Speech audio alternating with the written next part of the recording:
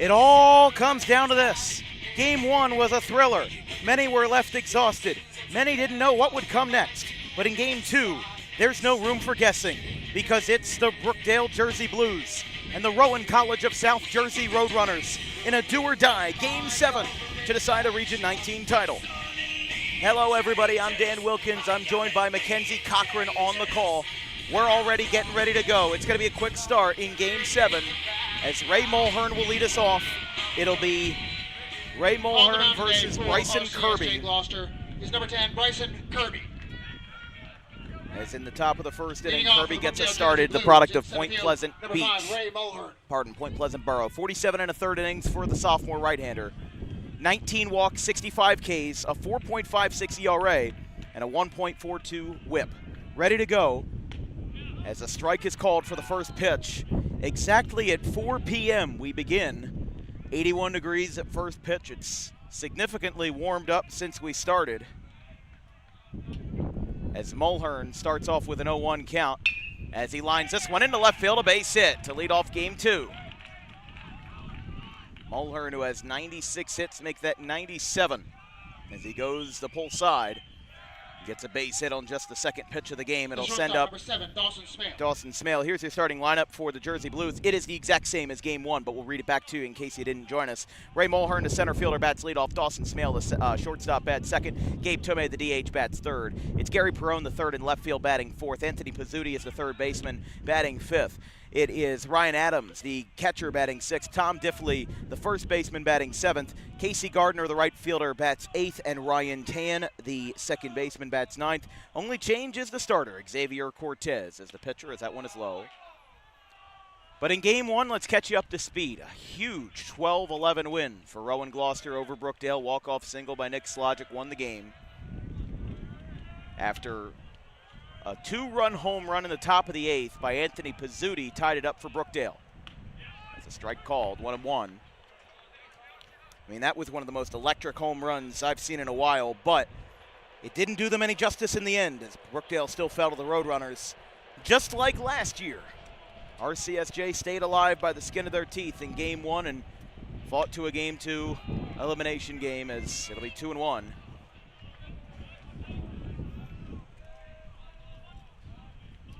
I mean, the difference between Game 1 and 2, you're going to be dealing with a little bit stronger winds at the start of Game 2 than you are at the start of Game 1. This one is chopped foul, got a piece of Schmale, and it's 2-2. I'm Dan Wilkins here at Camden Athletic Complex. My color commentator, Mackenzie Cochran of Montclair State University. My producer, Vincent Focht of Camden County College. Runner on first. Throw back a little bit high, but Slogic, luckily being 6'5", didn't have any problems down there as it's still 2-2 to Schmale. Schmale, one of 3 players in the nation, at least for Division III, batting over 500. Dalton Harper of SUNY Niagara leads it, and that is outside 3-2. Kirby disagreed with the call. Kirby's another one of those players that's going to get fired up. He's going to react a lot more adversely to calls that he disagrees with than any of the other pitchers we've seen today. He's somebody that really gets himself in a frenzy sometimes. Not that that's a bad thing. I mean, I think it means that he's an overtly emotional player, but it also means that he can get himself into trouble sometimes by really letting too many things swirl in his head. The 3-2, and that is ball 4. However, one thing with showing emotion, it really means that you care as a player. And when you are at the championship game, you need to have emotions out. You need to be fired up. You need to be able to have that confidence that you're going to win. But Kirby is 6'5". He has 13 appearances playing for Rowan College of South Jersey with 7 games started, 4 wins and 3 losses, and 47.1 innings pitched. 2 runners on, nobody out for the third batter, Gabe Tomei. Throw back to second, not in time. Kirby stepped off. But Brookdale opened up their scoring in Game 1 with 3 runs in the second. They might be able to get this started early. I feel like Brookdale has a lot fresher of a vengeance here in Game 2 with the 30-minute break. I mean, they understand the loss that they had, and they understand the situation that they just played through. in a 3-hour and 23-minute game. We were supposed to start at 12-3, but like we said, junior college baseball, it's like a New Jersey bus, never runs on time. The 0-1 is low. Rosado traps it. Tomei, in game 1, was pinch hit for in the 8th inning, but before then was 0 for 3. He had a walk. He was pinch hit for by Owen Palazzo, who ended up striking out in his pinch hit at bat. Gary Perrone, the third, on deck, 2 on, nobody out. And one misses, 2-1. You also have to remember that with different umpires in games 1 and game 2, we do see a rotation at the plate. It's Ben DiCostanzo behind the plate. He was the first base umpire in game 1, and he is the crew chief of this set. The home plate umpire from game 1, Joe Leone, moved to third base. And the home plate umpire, the third base umpire from game 1, Dan Irvin, moved corners, moved from third to first.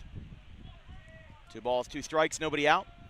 RCSJ looking for their first out of this game 7. Foul back, still 2-2. With Gary Perrone on deck from Staten Island, New York. Starter for Brookdale will also be a New York product in Xavier Cortez from the Bronx, but went to Howell High School, a shore conference team. As that one is strike 3, inside corner. Tomei goes down on strikes. And there's out number 1. Left fielder number 3, Gary John Perrone. So Perrone the batter, the left fielder. As we said, both starting lineups are unchanged from game 1 to game 2. Only difference, of course, being the starting pitcher. Kirby steps off and throws back, not in time.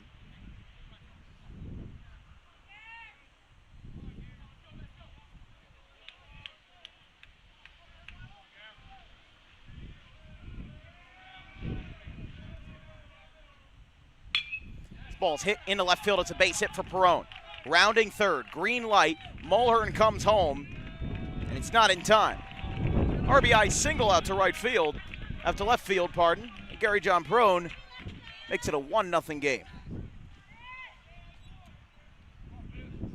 Third baseman number 11, Anthony Pizzuti. So Mulhern comes in and Brookdale takes a 1-0 lead. But this is exactly what Brookdale wants. They want to get momentum before they even give the Roadrunners a chance to build something up. This is a strike called.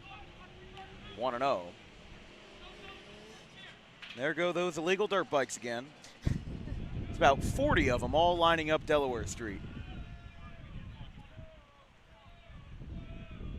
The 0-1. Outside to Pizzuti. Pizzuti, if Brookdale had won the first game, certainly would have been the hero, or at least one of the heroes. He had a 2-run home run to center field in the 8th inning. But I like to call it, if you have a big moment in a game that you eventually lose, there's a strike called, I like to call it the Devin Hester effect. If you remember, well, I was a little bit too young for it, but about 20 years ago, there was the Super Bowl between the Bears and the Colts, and Devin Hester returned the opening kick for a touchdown, but the Bears eventually lost that game and the Super Bowl. So I kind of think about it in the sense of that would be an all-time moment if they had won the game, but they did not, and a lot of people forget about it. I think about it as well in the sense of, the 2022 World Series. A lot of the moments from that for the Phillies. Kyle Schwarber's homers, Nick Castellanos' homers. A lot of people forget about it because we lost the series. But it's 1-2. Big example of it all is this ball gets thrown away. There's bullpen pitcher threw the ball away, and now time gets called at the plate. That happens a lot from the Roadrunner bullpen. It's been unintentionally slowing down the game by throwing the ball away and causing the umpire to call time. It's kind of like an accidental icing of the game. It's the 1-2. Fly ball, Pizzuti sends it foul. Down the right field line. And it's still 1-2.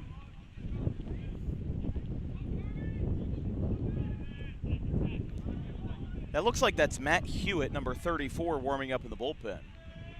If it looks like it is. So that would be his third game that he's appeared in if he continues to do so. If there's a base hit, left center field by Pizzuti, picked up by Izzo on the outstretched glove, stop sign at third. Smale comes in to score, and Brookdale continues to get some early hits here. They lead 2-0 in the first inning. So back-to-back hits, 3 total this inning, and Pizzuti drives in the second run of game 2 with an RBI single, and it's now 2-0 Jersey Blues. The catcher, number 22, Ryan Adams. Now it'll be Ryan Adams. Adams with 1 home run in this tournament. That was versus Camden in the first game. Throw back to first, not in time. Pizzuti went back in standing. But also, in this part of the game, not a lot of runners have been taking that big of a lead off the bag. Another throwback. Pizzuti walks back into first base safely. And Pizzuti not entirely a stolen base threat. They're still opting to throw over to first anyway. First pitch misses, 1-0.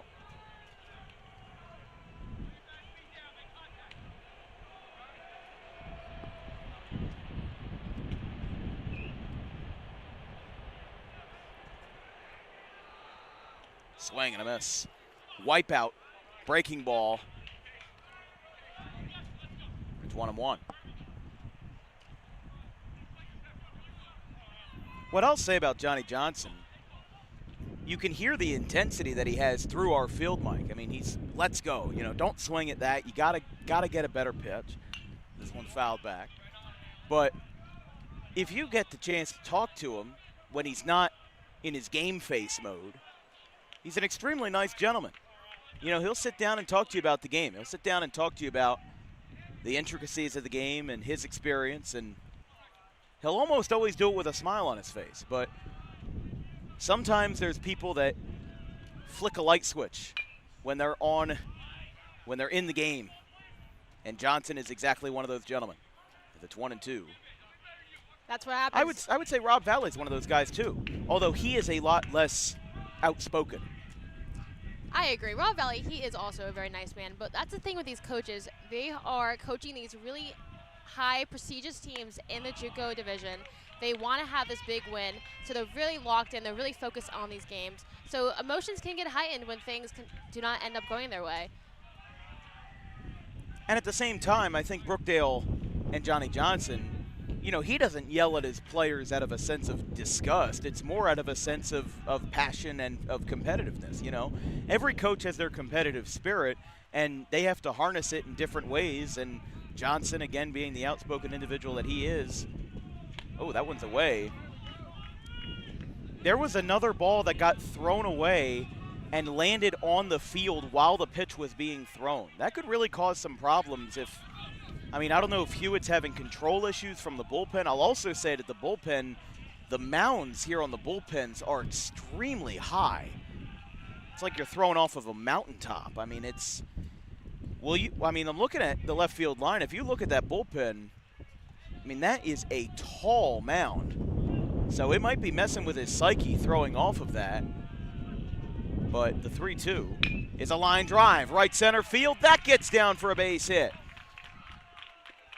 Scoring from third is Perrone. Tag at second didn't get him. It's an RBI single off the bat of Adams. And Brookdale has jumped out to a 3-0 lead. This lead is exactly what Brookdale wants. They want to have that high early momentum in this game, because last game we saw what happened when they were down by that 5-inning deficit. That was rough for them, but coming back for this game, they want to make sure they have the lead going in, because when the Roadrunners come back, you never know what happens. They can score many, many points. Well, it's 3-0. Matt Hewitt is in the game. Bryson Kirby comes out after an inning. No, not even an inning. 1/3 of an inning. Brookdale chirping him up. We'll be back after we return.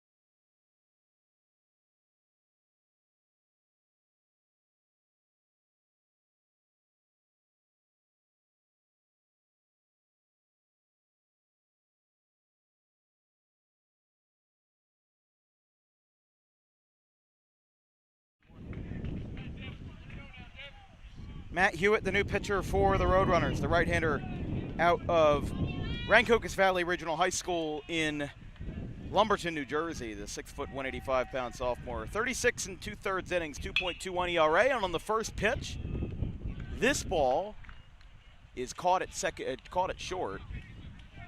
Barely stayed up in the air long enough, and Diffley is retired. It sends up Casey Gardner, but a 2.21 ERA for him, 1.09 whip, 24, Casey Gardner. and 46 strikeouts, 13 appearances, all but one out of the bullpen, as Hewitt also has 3 saves, but coming in already in an innings eater position, as now, oh, that one almost hit Gardner. I would say now all bets are off in terms of saving pitchers. This is it. And you'll get about a week off until you have to go to Johnson City, Tennessee, if these teams are going to both go there. But the 1-0. But with that one missing. What I'll say is, I mean, if you ask me, if you're Rob Valley, you know, obviously you successfully saved a good bunch of your pitchers in Game 1, and it worked out because they won the game. But at the same time, now that you're in Game 2, you cannot afford to lose. There's a ground ball into left field, a base hit, Gardner. Green light from third. Pizzuti comes around. The throw to the plate is in time. No, he is safe. The ball came out. The throw looked like it beat him. Pizzuti got in there. He worked around the tag, and Rob Valley is not happy about the call.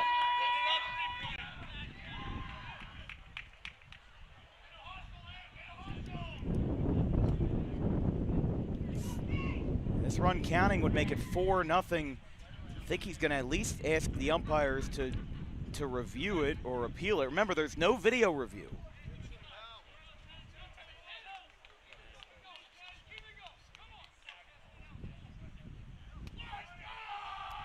Let's take a look. So here's the base hit to left field. It was well struck, but taking a look now, here's the play at the plate. It looks, oh, I don't know. Let's take a look a second time. You know what? His hand might have gotten in there. His hand might have swam around and made it in. I think he's safe. It's an RBI single for Casey Gardner, and Brookdale will now have 9 batters up, 4-0 Jersey Blues with 5 hits in the inning. And the Roadrunners are going to have tons of work to do here, as Tan, who had 2 hits in the first game, will now crack this one to first. Slogic is there. Foot race to the bag. Slogic will win the race, and the inning is over. But not before an explosive 4-run inning to start the game. 4 runs, 5 hits, all base hits. We go to the bottom of the first. Roadrunners will bat when we return.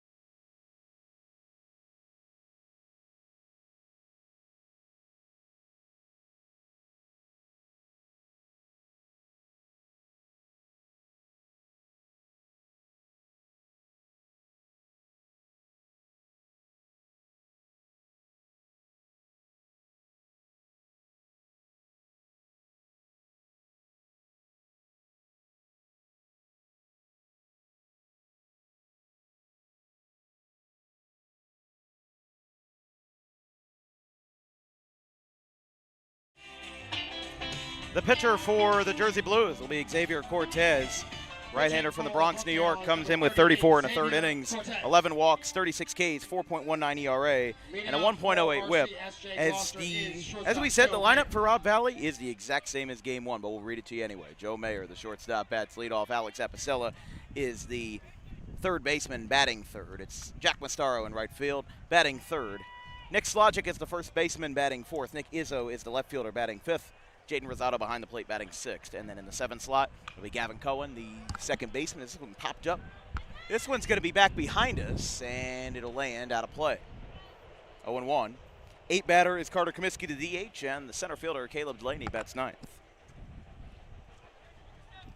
4-0 Brookdale.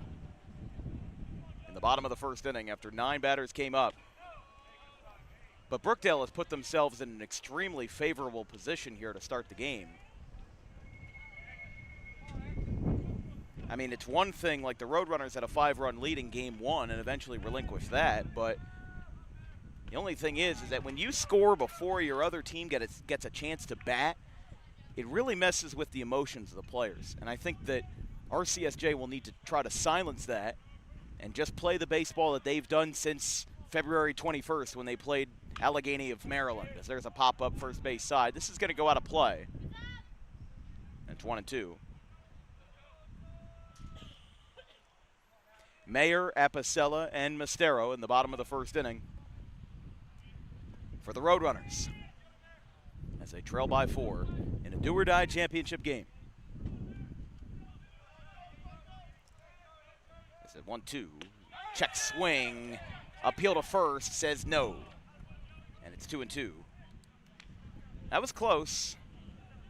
Hard to tell from behind the plate, which is why you have the first base umpire there to check the appeal. What we're seeing right now, we're seeing the Roadrunners down, just how Brookdale was down the last game. And Mayer sends a ball out to right field. This one's pretty deep. Gardner looks up, looking back, and this ball is gone. Solo home run, Joe Mayer. That's one way to cut into the deficit. Leadoff shot in the bottom of the first inning, and the Jersey Blues now lead it 4-1. Mayer goes the other way. He's done that a few times in this ballpark. Right down into the corner. And it's 4-1. Great play by Joe Mayer. Before going into this game, he had 5 home runs, making this 6. And a leadoff shot as well can set the tone again. Can really make RCSJ maybe a little bit more spirited here in their comeback and in their efforts. Cortez to Apicella. Apicella's had 9 RBIs in this tournament at a 2-run home run in Game 1. That home run was crucial to their win last game. So we're looking for the same momentum for this one. Strike called, 0-2.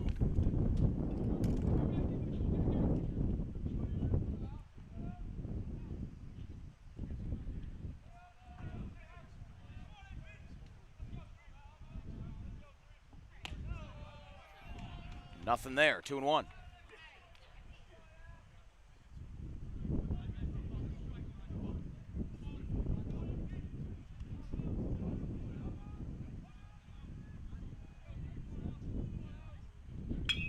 Golf to right, down the line. It's out of play, 2-2. Lands next to the batting cage.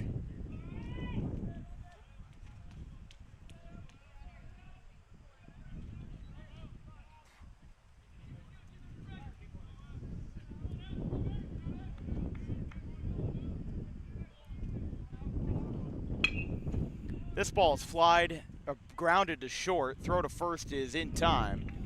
Definitely stretches down to make the play, and that's out number 1. So here's Mastero in the 3 slot. Number 22, Jack Mastero. 6-3 ground out is the first out of the inning. But a 4-1 lead. Brookdale plated 4 in the first. Joe Mayer with a shot to right to put RCSJ on the board.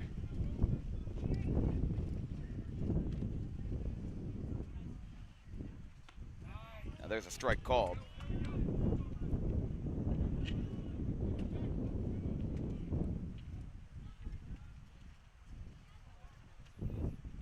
By the way, an update from the region to the north of us, Region 15. Northern Essex defeated Monroe Bronx by a score of 4-2. Or, yes, the Monroe Express, 4-2. Northern Essex 7th in the nation, Monroe 13th. So it looks like that the Express will need 2 wins tomorrow to capture the title, but Northern Essex, just like Brookdale was, is in the driver's seat. The 1-1, out and away.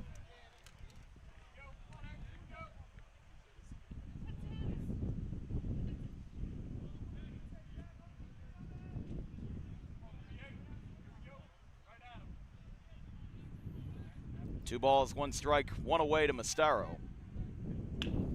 Inside, this one's hit to right field. Gardner moves in, and to his left, he'll make the play. It's a good deception there. I mean, Mastaro, if he turned that around a little bit earlier, probably would have had a good shot at getting a base hit out of that, but the difference is he did turn around that ball early, but almost too early. And that's a fly out to right for out number 2.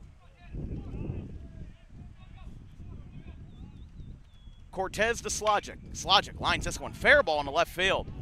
That'll head down and it'll hit the Rutgers Camden sign down beyond the 330 marker.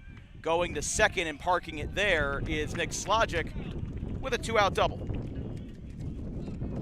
Before coming to this game, Nick Slogic had 11 doubles already recorded. That'll be a lucky number 12 for him, as speaking of number 12, Nick Izzo will come up for the Roadrunners here in the bottom of the first as they trail by 3 runs.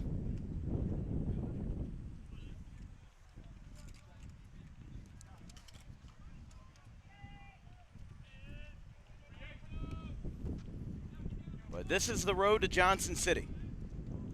For the last few years, the baseball championships had been held in Auburn, New York, but got to imagine that is going to be a hot national championship series in Johnson City. But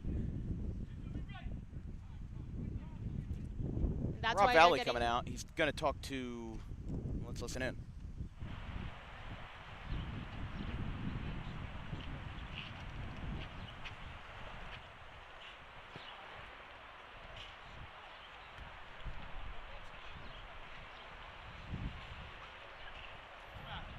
Walking out to the mound,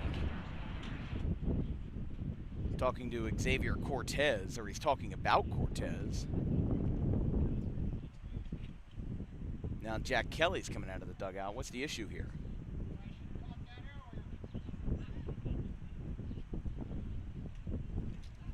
Something on his hand or his wrist that Jack Kelly just came out, and whatever Rob Valley had contested, the umpire obliged, and it's a 1-0 count.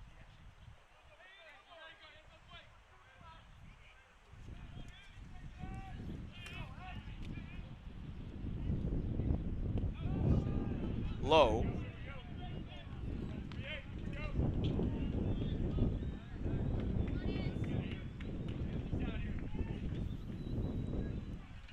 Now, all of the other automatic qualifiers, the district championships for Region 19, are being played this week, except for one, the Mid-Atlantic District Championship, which saw Caldwell Tech get their automatic decision as there's a fly ball popped up. Shallow center, straightaway center. Mulhern goes over, collision, and Mulhern comes up with the no, it's Gardner that comes up with the baseball. That was trouble, and the inning is over. So fly ball to right center ends the frame. Roadrunners get a run back on a solo home run by Joe Mayer. Through 1, it's 4-1 Brookdale.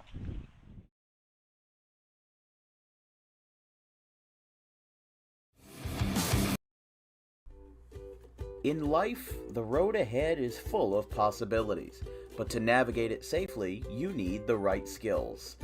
Harper Driving School is the premier driving school serving Gloucester, Salem, and Camden counties. With experienced instructors, many of whom are teachers in local schools, we are dedicated to your success and will help you master the road with confidence. With an over 95% success rate of students passing their road test on their first try, you know your student will be in good hands while embarking on a huge step of their young adult lives, all while avoiding the lines at the DMV and getting insurance discounts. We chose Harper, and so should you.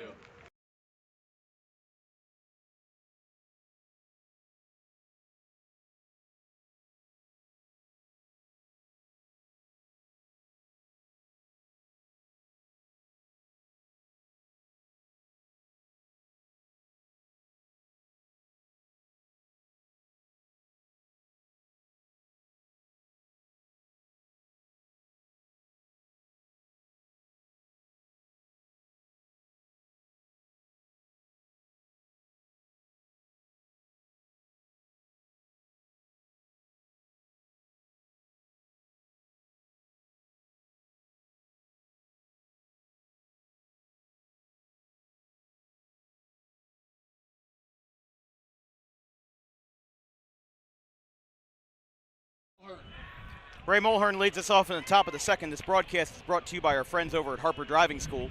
Over 90% of students who take their New Jersey State driving test with Harper pass on the first attempt. You can book an appointment today at Suite 4 of the Turtle Turf Complex in Pittman at 614 Lambs Road. Strike called to Mulhern. 9 batters came up in the first inning, and it chased Bryson Kirby from the game. He only recorded a third of an inning. Matt Hewitt has come on, and he's going to try to eat as many innings as he can. As Mulhern lines this one the other way, there's a base hit in the right field. Mastero picks this one up. Mulhern nearly tripped around the bag. By the way, the discrepancy in the first inning about Xavier Cortez, Rob Valley came out to ask about something on the pitcher's pitching hand. I'm not sure exactly what it was, but it didn't seem to cause any further issue. So Jack Kelly just came out from the dugout and took care of it, and the game resumed as normal, but outside of Smale. 1-0. 4-1 Brookdale. They pushed across 4 runs, 5 hits in the first inning. And RCSJ countered with a solo home run by Joe Mayer in the bottom of the first. Outside, 2-0. Smale has been really good in this tournament at plate discipline. I mean, he's walked a few times, but he's also, plate discipline goes both ways, right? Because plate discipline not only means that you're hanging on to pitches that aren't going to be there, that aren't going to be strikes, but plate discipline also means that you don't swing at strikes that you know you can't hit well. You know, you can swing at a strike and make really poor contact off of it, but plate discipline also means that you are able to hit the best possible pitches that you see in your at-bat, no matter whether they're balls or strikes. Absolutely. And one thing about Smale was, like, coming in, we all know he was very, very talented. He's a .520 batting average. He has 83 runs and 90 hits, 4 home runs. As a freshman, 6'2", absolutely amazing.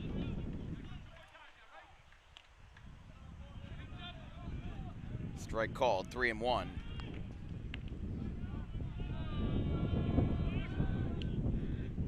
Throwback not in time.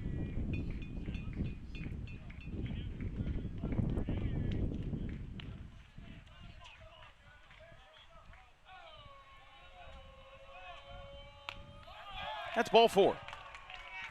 And Smale walks, and the Roadrunner woes may continue into the second inning if they don't stop the bleeding soon. Designated hitter number 28, Gabe Helmy. So Mulhern base hit. He's now 2 for 2. And Smale now with 2 walks. So Mulhern and Smale did exactly what they did in the first in the second. And if that applies to the third, maybe that means that Gabe Tomei will strike out looking. But time called. We've got a balk on Matt Hewitt. A balk is called, and everybody's going to move up 90 feet to second and third. And they've already got another left-hander warming up in the bullpen. That's Brezin Bevic, trying to get another appearance for the Roadrunners in this tournament.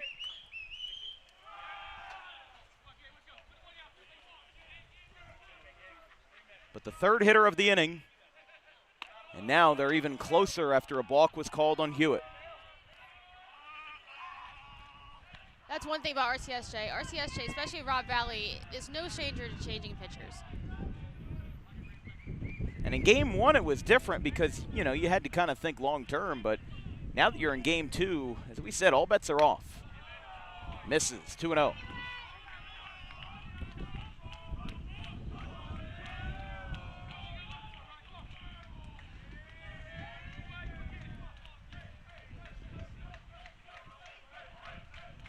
Now Valley's coming out. Hewitt frustrated with himself. If it means that the Roadrunners have to burn through their entire bullpen, it'll be worth it if they win the game. But Hewitt, who was a starter at Rancocas Valley, but mostly a bullpen arm who came in the first inning in this game and has only appeared out of the bullpen in the 5th inning or later in either of the 2 games. Again, we do have Brevin Bezic warming up in the bullpen, the Middletown South grad. But it's a 4-1 game. The home plate umpire will come out and break this up.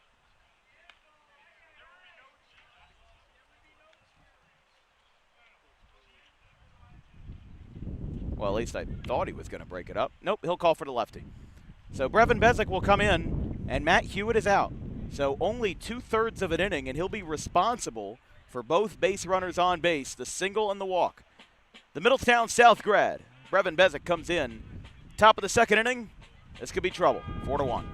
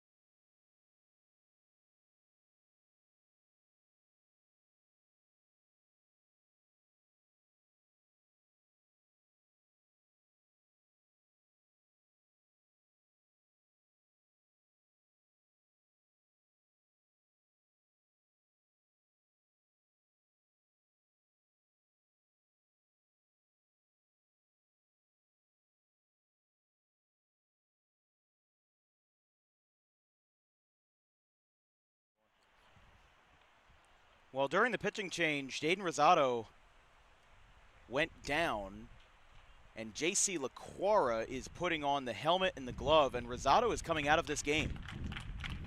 So J.C. LaQuara shakes the hand of the home plate umpire, Ben DiCostanzo, and Rosado is going to the dugout. So we're going to find out what happened, but Brevin Bezic is the new pitcher, and he's going to get some more warm-up pitches, I think, to accommodate LaQuara. So Rosado's been banged up a few times in this series, but this seems like another addition to it because, again, there's no free substitutions like there are in high school. Once you're out, you're out. So that's going to be LaQuara coming up before Rosado gets even an at-bat. But definitely confusing for what it's worth, but again, I'm not sure what happened, but the new pitcher is Brevin Bezic, Middletown South grad. For his stats this year, 5.35 ERA, 26 walks, 41 Ks. He's allowed 4 home runs and a 1.69 ERA. He's had 1 start, but all but 1 out of the bullpen. So again, I'm not sure. I would imagine maybe Rosado got hit during.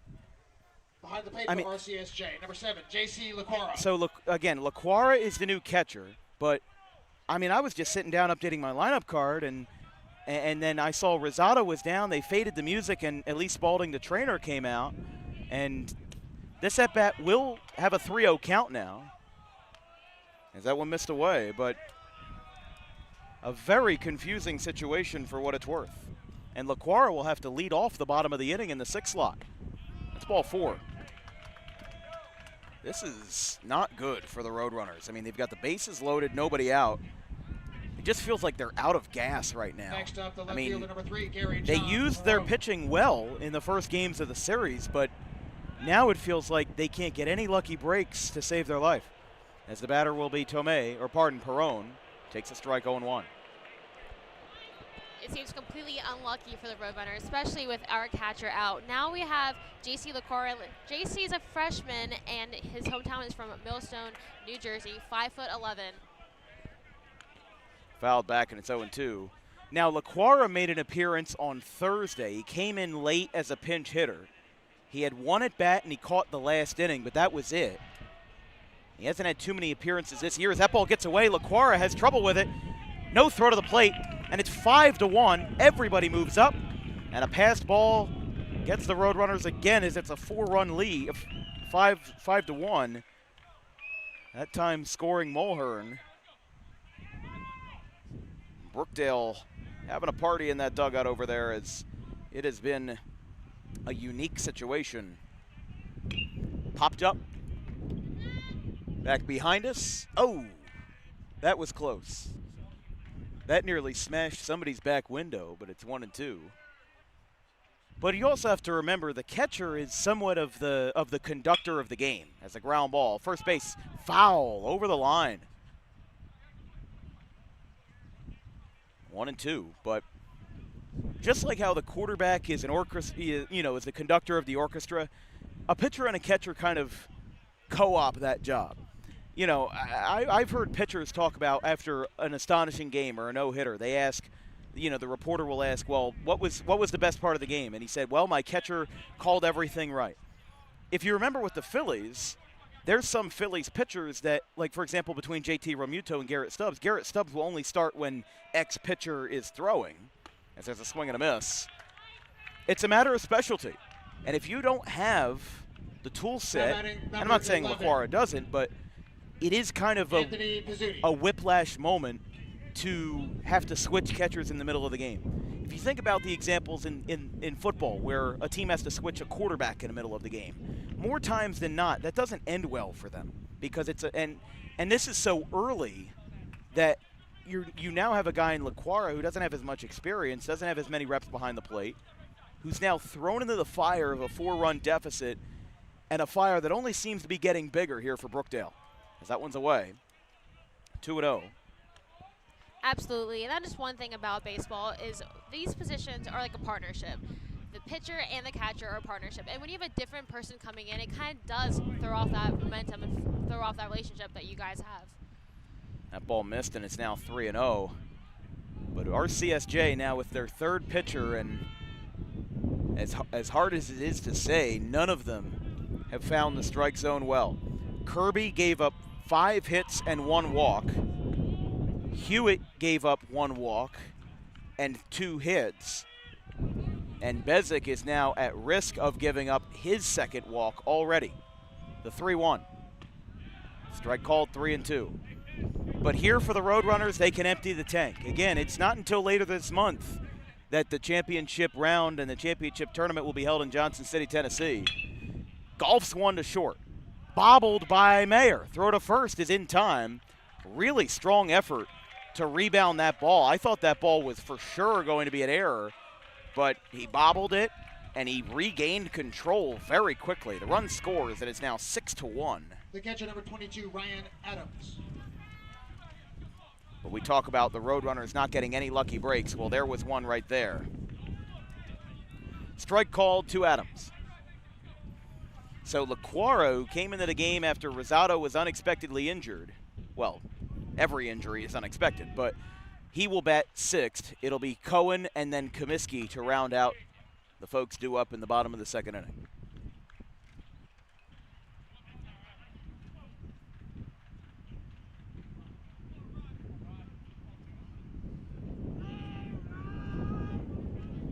One from Bezic. Outside, 2-1. You also have to remember, when you are a team that is very good. 11 losses on the year going into today. And Brookdale, a team also with 11 losses, as Adams slams the ball to center. Delaney back. It is gone. He's out of room. 2-run home run, Ryan Adams, and it's 8-1. 4 runs in the first, 4 in the second. And Brookdale leads by 7 runs. The Jersey Blues are fired up as he goes deep to dead center field. Next up, the first baseman, number 34, Tom Diffley. And Ryan Adams with his second home run of the tournament. And this game has been blown open, if it wasn't before, as a strike is called, 0-1. But I was literally just about to talk about that when a team is very good and doesn't lose many games, sometimes their reaction and their response when they're losing by a lot isn't the best. Exactly, because they don't know what that's like, because they're not used to that. Exactly. There's a ground ball, first base side. Slogic, he'll flip to Bezic. That throw is wide. The throw gets away. LaQuara picks it up in front of the dugout rail. That'll be, they'll score that a base hit for Diffley. I mean, it would have been a tough play anyway with Slogic playing so far off the bag. But Bezic basically had to try to grab the ball with his opposite hand, his bare hand. And the ball got away. LaQuara was able to pick it up.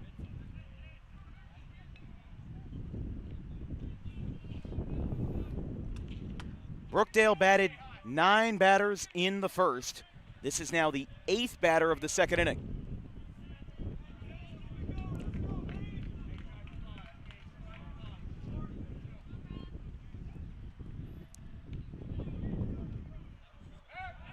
Throw back to first, not in time.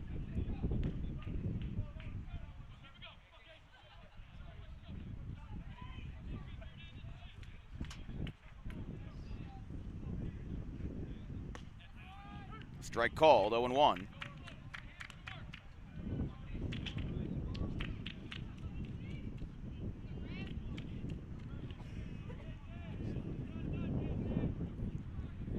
Bezic looks over at first. The pitch, no. Throw to first, not in time from Gardner.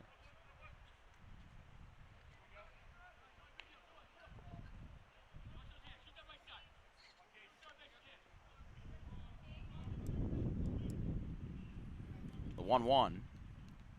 Gardner does not go, oh, they got to appeal it. Appeal says yes. So it's 2-1, but the runner does get down to second on the wild pitch. Game 1 had a lot more of a championship atmosphere than this game does, it feels like. I mean, it's a 7-run game in the second inning, and it feels like all of the energy in this building has been just sucked out of the crowd. It's been out of the players. Even Brookdale, despite their big lead, that's a foul ball called by the second base umpire. Looked like it hit Gardner in the foot, or at least somewhere. But now Brookdale's starting to hype it up a little bit more. Because, again, this is a big tournament. Automatic bid if you win to Johnson City, Tennessee. And the only other team that has clinched already, like we said, is Caldwell Tech, who clinched in Burlington, North Carolina. There's a swing and a miss. Gardner goes down on strikes, but not before another bout of damage rocks the Roadrunners. 4 runs in the first, 4 in the second, including a 2-run home run by Ryan Adams. We go to the bottom of the second. It's 8-1 in favor of Brookdale.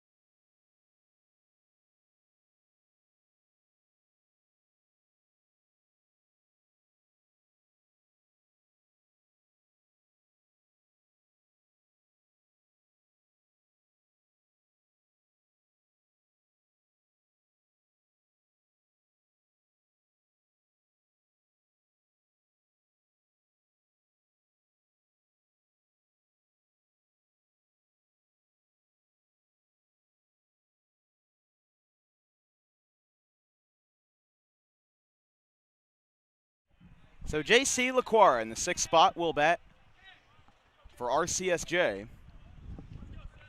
in the bottom of the 2nd inning of an 8-1 game. As Cortez, first pitch to left, and LaQuara will fly out to left. That one just hung up enough, and LaQuara is retired. Batter is Cohen.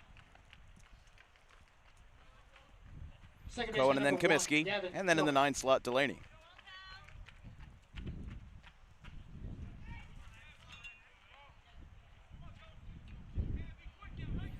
Brookdale scored 4 runs in the top of the 2nd inning, including a 2-run home run by Ryan Adams. Outside, 1-0.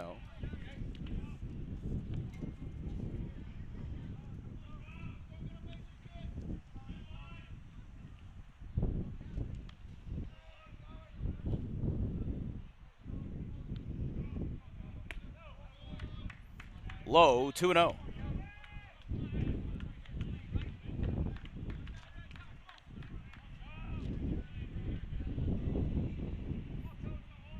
Cortez, the 2-0, pardon.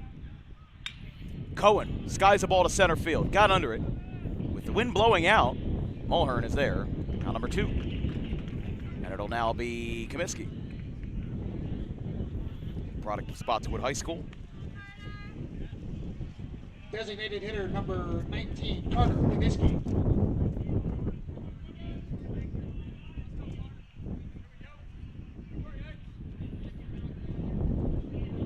Comiskey and then Delaney. I feel like there's not too much to talk about. I mean, the ballpark's quiet.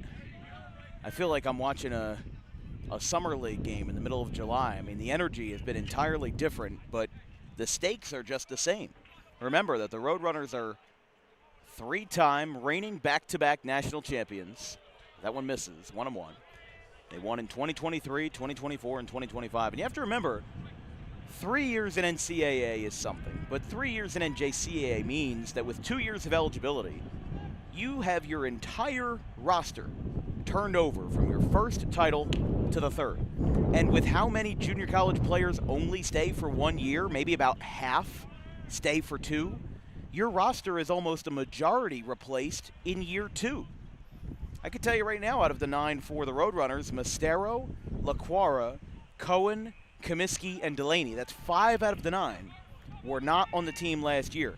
And if you replace LaQuara with Rosado, he also was not on the team last year. He graduated from Bridgewater Raritan High School.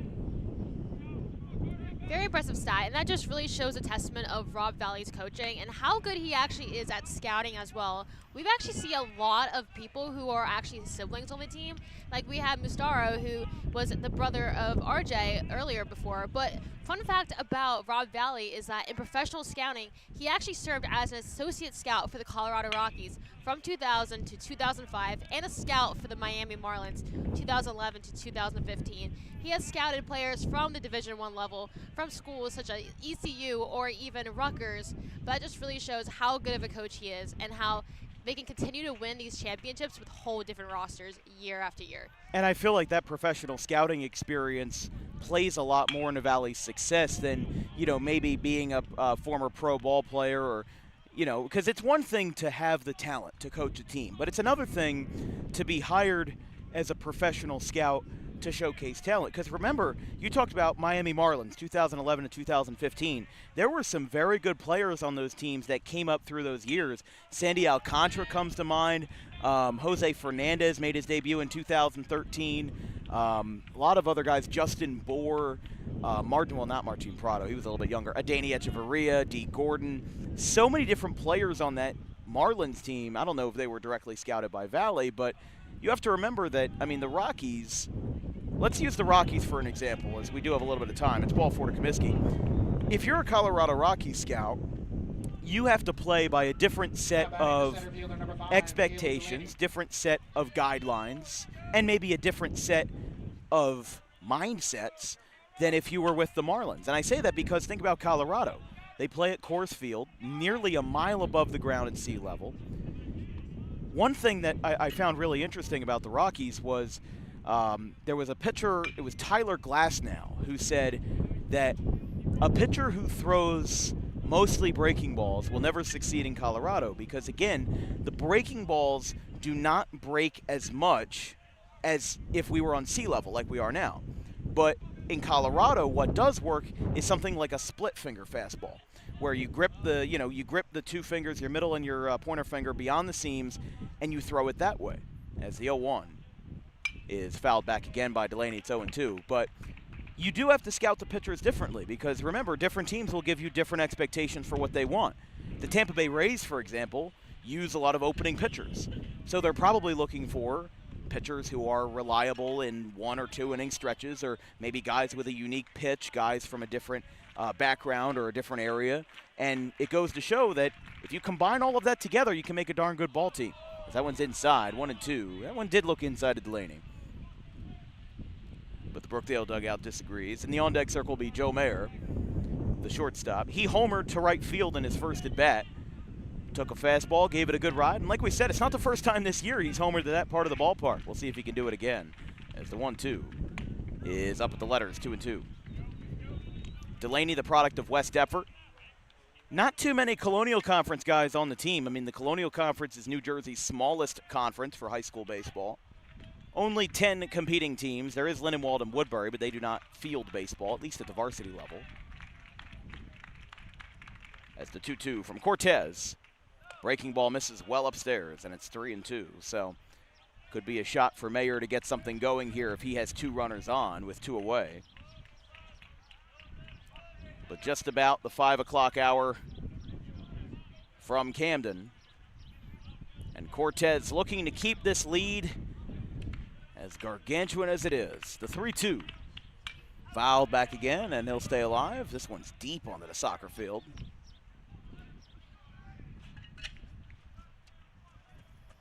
Eight runs, 8 hits for Brookdale. 1 run on 2 hits for the Roadrunners of RCSJ.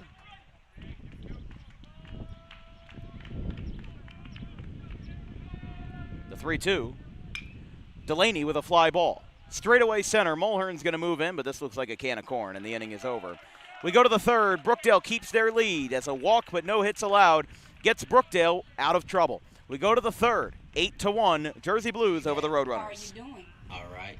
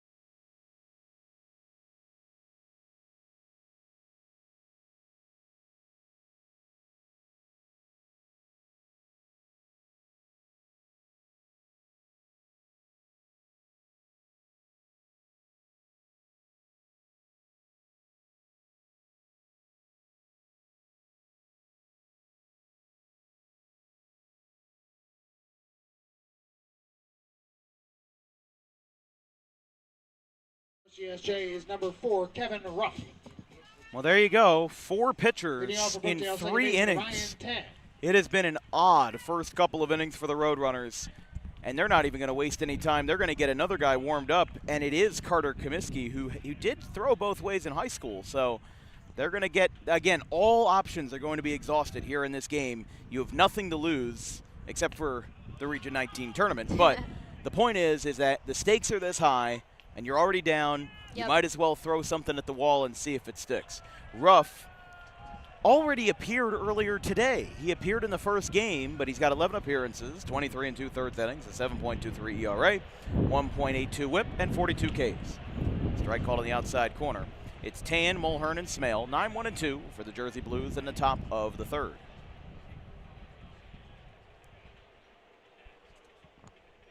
That is the thing. When you're down this early in such an important championship game, it just makes sense to change up the lineup.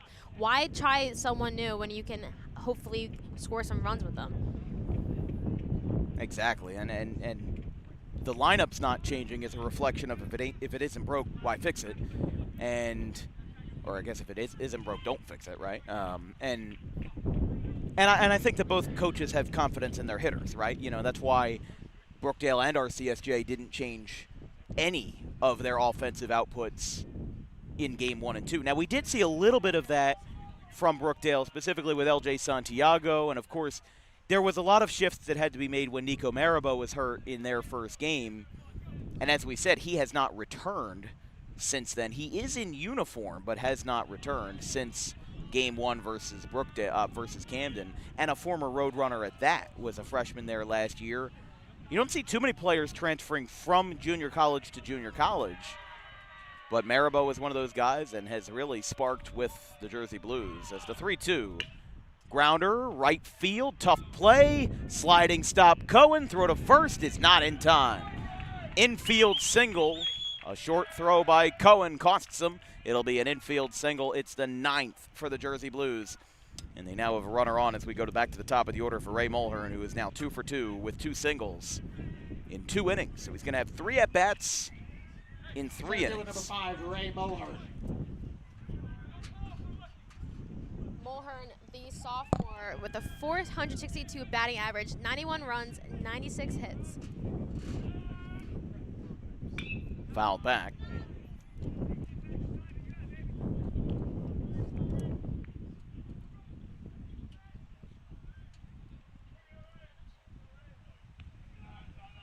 Taking a look at the national leaders in hits on the right side of your screen, it's Mulhern with 92, Sebastian Palma. This is going into the tournament. As Mulhern, right field, that gets down for a base hit. This is going to be extra bases. It bounces up off the fence. Stop sign at third. Mulhern goes to second. He's now 3 for 3 with a double. It's now 10 hits. And the Brookdale Jersey Blues seem to have a full tank of gas as Mulhern with his 3rd hit of the game. And it'll now set up Smale. But as we were saying, Mulhern, you said he had how many hits? 97 going into this game? 96. Okay, so that's now number 99 on the year. So again, those numbers on the right side are from the beginning of the tournament. Sebastian Palma with 89 from Dallas Eastfield, Dawson Smale with 87. But then Dalton Harper of SUNY Niagara in 4th. And then 5th is Nick Izzo. 6th is Stanley Bobadilla, who was on Middlesex. And then 7th is Jack Mastaro for the Roadrunners. 2 runners in scoring position. Infield now in. And again, rarely in the 3rd inning do you see a team command their infield in. But this ball pops up. LaQuarrie doesn't see it. Here comes Tan to the plate, and the ball is still loose. Tan somersaults into home plate, and he scores another run. It's 9-1. And with no mercy rule, this could get ugly fast, as it's a 8-run lead, a run already home, and more could still be on the way. But as we were saying, I mean, this is just, like I said, rarely do you see teams command their infield in, but the Roadrunners have the infield in because they don't want to give up any more runs. This has been enough for them. They just want to, obviously throw out anybody that tries going home. And they already let home 1 run on the wild pitch as this ball fouled back, hits the net, and it's 1-2. That's all they can do. All they can do is really just try out new pitchers to 2-2, avoid those runs.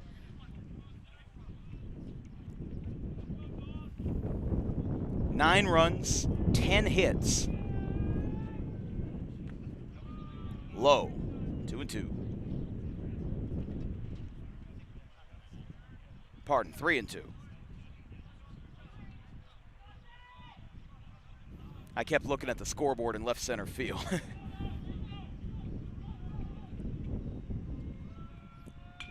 Fouled back.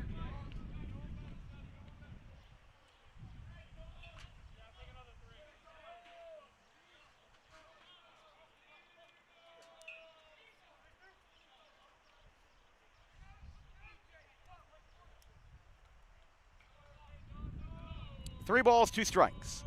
Ruff delivers. Line drive, hits the mound, into center field, a base hit. 10-1. Delaney picks it up. Smale with an RBI single. That's his first hit of the game. I mean, how do you even describe this situation? 9 runs after how competitive the first game was. This is baffling on many levels.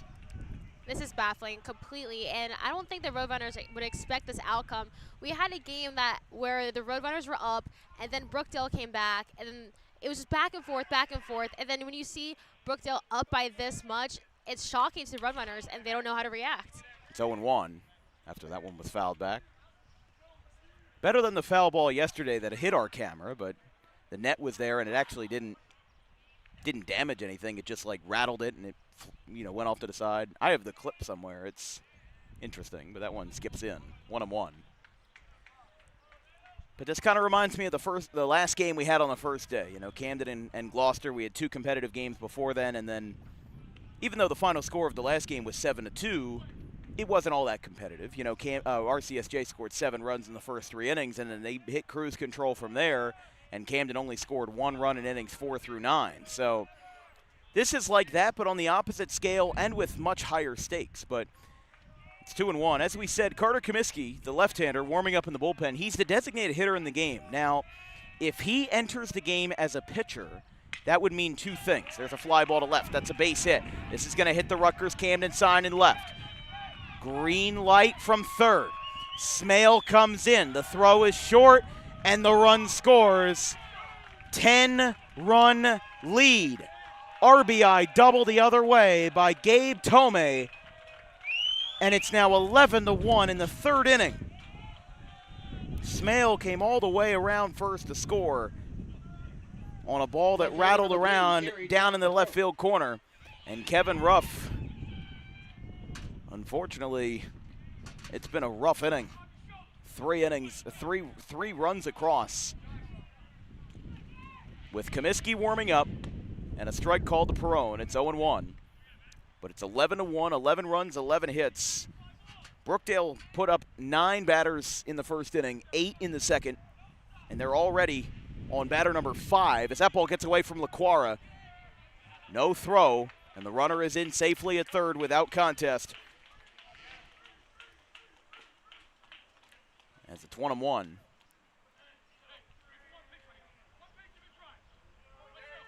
And you can hear Johnny Johnson. He's still not satisfied. He's still not letting off the gas. It's a 10-run game. Still giving those harsh but fair words of encouragement to his batters. This one's fouled back. It's 1-2. He's not satisfied until the game's over. He's still sitting down in his chair. Exactly. He's pointing at the players. He's telling them what to do. He's still locked in the game. And again, that's just a different archetype of coaches. Johnny Johnson's been doing this for 27 years. Does a coach like that be all that popular today? Probably not. But Johnson, a part of an old school era of the game, as this one's caught in center field by Delaney. It's the first out. But Tomei slides in safely, and it's 12-1. 4-4-4. Wow. 12 runs, 12 hits, and now a sacrifice fly by Gary Perone. Third baseman number 11, hit the ball enough to the outfield, and now it'll be Pizzuti. And remember, there are no mercy rules in the championship round. Got to play till the last out.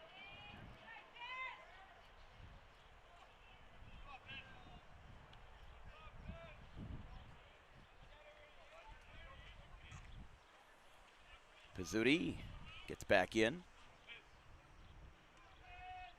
2 RBIs in the game, RBI single in the first and a ground out in the second. But if there's anything, you now do have a chance to reset with the bases empty and 1 away.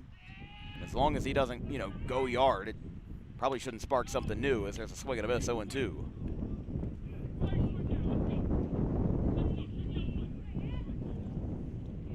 Pizzuti had a clutch home run in the 8th inning of Game 1. 2-run shot that barely scraped the wall in center field. As the 0-2. Breaking ball away from Ruff.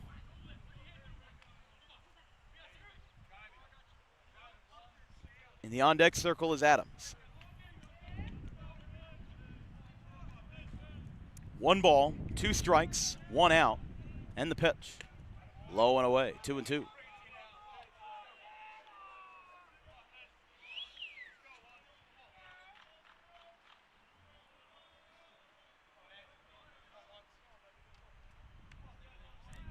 Two balls, two strikes, and a big swing and a miss. LaQuara tags him out, and that's out number 2. Pizzuti goes down on strikes. Had a couple of hefty hacks, but was unable to connect. And after the strikeout, Rob Valley will take the advantage when you're winning. He gets 2 straight outs. And Carter Comiskey will come into the game. So as we were saying, this means 2 things. First of all, it means it'll be the 5th pitcher of the game. Second of all, it means that the DH will be forfeited, meaning that whoever pitches from here on out, if Comiskey finishes or whoever comes in after him, will have to bat. So let's say, for example, if Scott Lynch comes in out of the bullpen, he's not a hitter on the team, but he will have to bat because it's the DH that is now becoming the pitcher. This is the 5th man to come in for the Roadrunners, and at the top of the 3rd, it's 12-1.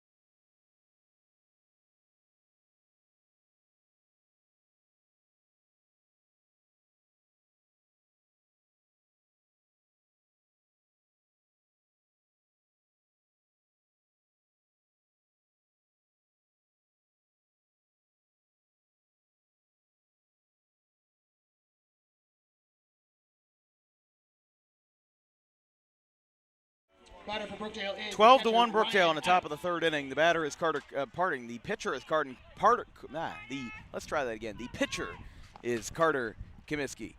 Base is empty, 2 away, and a strike is called.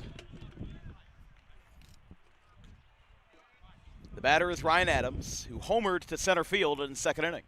Comiskey has not had a lot of experience on the mound this year, and of course he did plenty in high school, along with his brother Casey Comiskey, who's now playing at Seton Hall.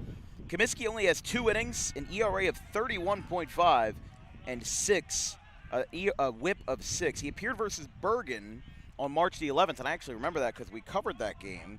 He had an inning and 2/3 there, and then 1/3 of an inning where he where he gave up 3 runs versus Union College, which was the bottom of the barrel team in Region 19. But he gets Adams to miss. LaQuara will throw down to first. It's in time. Slogic covers the bag, and the inning is over. But it's 4-4s on the scoreboard as Brookdale goes ahead 12-1 in the Region 19 championship here from Rutgers-Camden.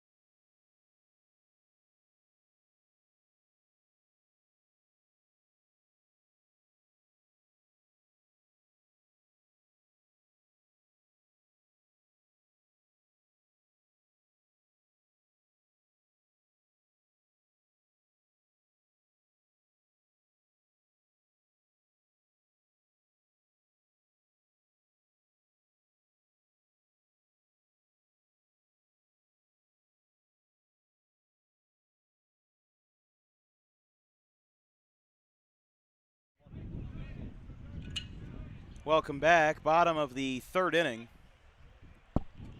Brookdale 12, Rowan College 1. The batter is Joe Mayer, 1, 2, and 3, facing Xavier Cortez. Mayer homered to right in the bottom of the first inning, and not to say that there was a lot more hope in the game when he hit that home run, but it was 4-0 when he hit the homer. It made it 4-1, and they had a double by Nick Slogic in the first inning as well. So I don't think anybody could have predicted how this game would have began and how it continues to be. As that one goes up and in, Mayer has to duck down from it, and it's 2-0. You're completely correct. That's one thing about baseball. You got to expect the unexpected. Saw that in game one, 12-11. RCSJ with a walk-off as Slogic had an RBI single with the bases loaded, and that ninth inning ended up breezing by. They had a walk, 2 singles, and then Slogic maybe 3 pitches into the at-bat, drove him home and won the game. 2 balls, 1 strike. And the pitch. Did not go around, 3-1. And no appeal either. I didn't think that was close. Didn't think he went around, but 12 runs, 12 hits. No errors for either side. 1 run for the Roadrunners and 2 hits in the early going. Mayer skies one, slams the bat. Mulhern goes in, and he'll make the catch. That's out number 1. So Mayer's retired. He's now 1 for 2. Was able to work the count, but Cortez gets the out, and the batter is Apicella. Apicella, in the Roadrunners' second game of the tournament versus Camden, drove in 5 of the Roadrunners' 7 runs. That was another game where it looked like the Roadrunners were going to run away with it, but did not, and they held on to it. But for what it's worth, this is the only game in the tournament where a team has held a 10 or more run lead over an opponent. Now, last year that happened twice. Gloucester beat Cumberland 16-0 in the first round of last year's tournament. It's a ground ball foul, 1-1. And that was another game that was like this. A lot of early runs, and then it tapered off at the end. And then Brookdale beat Salem 12-2 in the first game of the second day. But it's almost eerie how similar last year and this year's tournament are. I mean, you have the surprise underdog. Camden was it this year. Salem was it last year. You could argue Northampton was it 2 years ago. But the number 1 seed in Gloucester went down in the first day. They lost to Salem last year in a 12-inning gauntlet, 7-5. This year was a little bit different in the sense that the game was close until the end. It was 13-5, Middlesex. But then in the second game, a lot of intensity. Last year, Brookdale walked off Cumberland with a walk-off double. Can't remember who the batter was, but then Gloucester shellacked Cumberland in this third game of the final day as the 2-2. Low. Now 3-2. Full count to Apicella. But then in the second day, the team that had beaten the number 1 seed lost both games and went from 1 win up to 2 losses down and out of the tournament. And that's exactly what happened to Middlesex this year. Last year was Salem, this year was Middlesex. They won the first game, looked like everything was going right for them, and then they go into day 2 and they just don't have it. Lost both games to get out of it, and then just like last year and the year before that, the final was the same. RCSJ and Brookdale. That's one thing you notice with this region tournament. History does love to repeat itself year after year. Apicella, ground ball, stopped at third. Pizzuti careened it off his glove, and it goes into left field, a base hit for Apicella. A 1-out base runner here is Mistero's the batter. Number 22, the right fielder, Jack Mistero.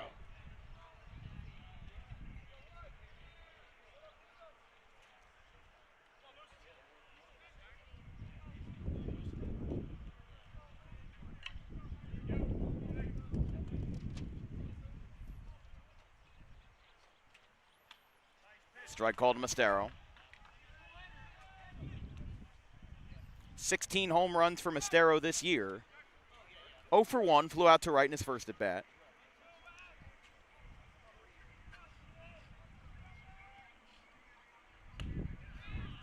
Swing and a miss, 0-2.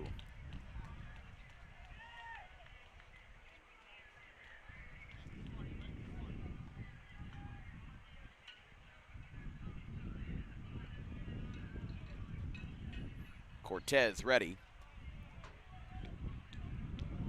And the 0-2 from the right-hander. Grounded foul. Cortez, the product of the Bronx in New York, and went to Howell High School in the Shore Conference. Time's going to be called on that foul ball. It took a couple of odd hops on the rail and went in the fair territory, so they had to grab it.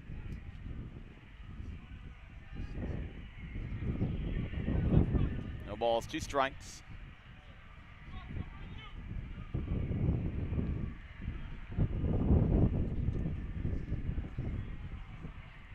Cortez's pitch, ground ball. This could be 2. Tan to second for Schmale. Throw to first is a diving stop. They're going to say he got him. It's in time, and the inning is over. A 4-6-3 double play, and that's just how this game has been. A lot of unlucky breaks against the Roadrunners as a diving play at first by Tom Diffley is the double play that decides the inning. Through 3, it's Brookdale 12, Rowan College 1.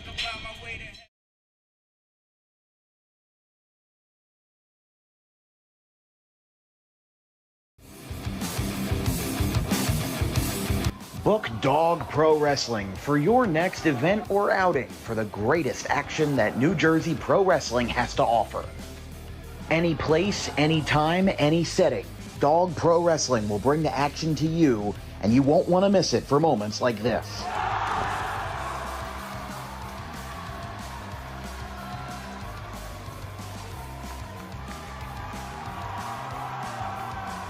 But don't just take it from me. Take it from Max Mundo, the Dog Pro Wrestling ambassador. This is Max Mundo with Dog Pro Wrestling. Are you a civic organization, sporting club looking to fundraise? Then look no further to Dog Pro Wrestling. We do grand openings, corporate events, and much more. And why not from some of the wrestling talent themselves? I'm Vinny the Fixer, and I'm the champion of Dog Professional Wrestling. If you want to book the best, come see us. We're the cream of the crop. We'll come to any fundraiser you can think of. Just name the place and we'll show up. This is the upstanding Dylan Mesh, and for the entirety of my professional wrestling career, dog wrestling has been a mainstay for where I like to wrestle. So you can believe me when I say that it is quality. And I'm upstanding. I'm the only opinion you need. Yeah! It's your boy Gabriel Hodder here with my man Matthew Oman, and if you want your events to be all fight, no flight, then book Dog Wrestling so you can witness true primal fear. Woo!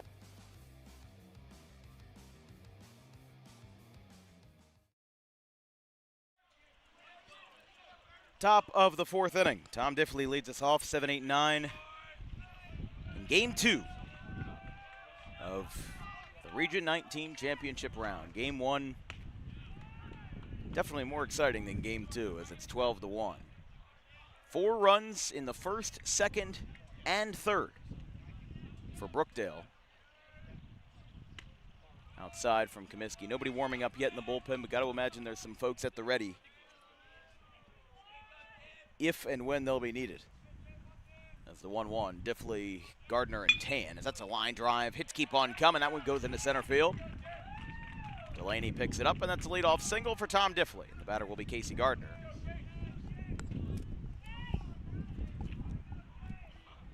Stepping into the box for Brookdale, the right fielder, Casey Gardner.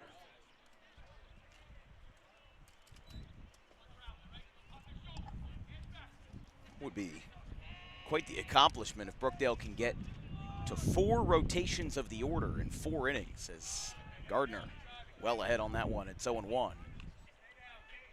12 runs, 13 hits for the Jersey Blues.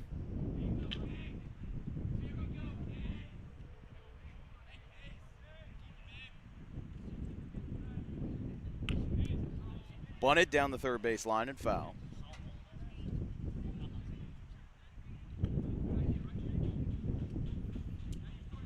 Sometimes there's a notion that if a game is uncompetitive, it only becomes notorious if the game is so uncompetitive that it ends up becoming known for being uncompetitive. Something that comes to mind, Game 1 of the 2007 World Series was 13-1 the Red Sox over the Rockies. Now, the Rockies got swept in that series.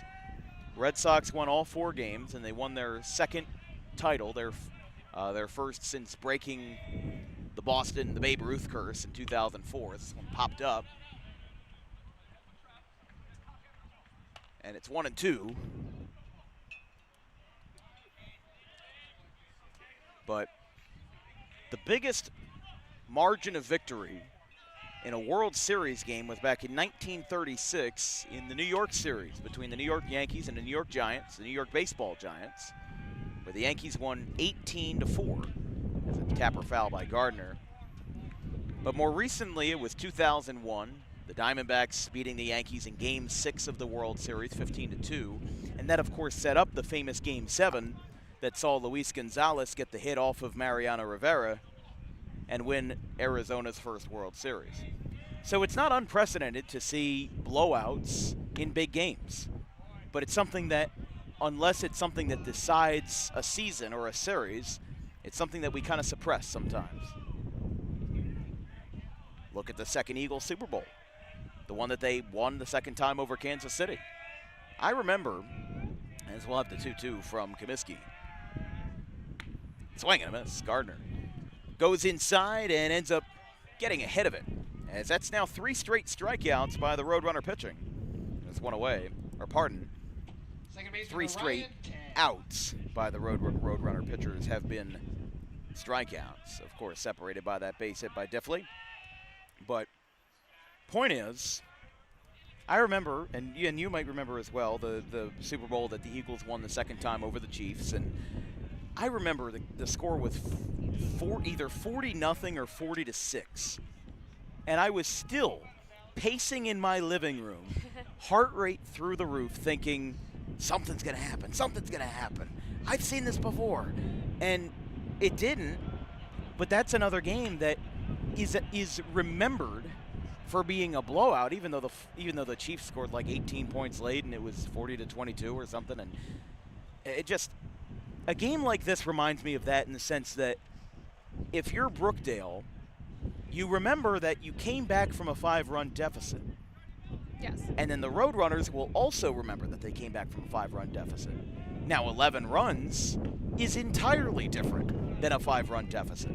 But it doesn't mean that 5 runs in the bottom of the 4th inning will take you out of this game.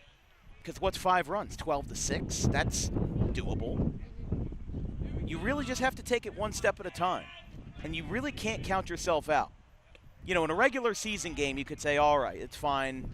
You know, let's move on. Look at the Phillies last night. They were down 8-3.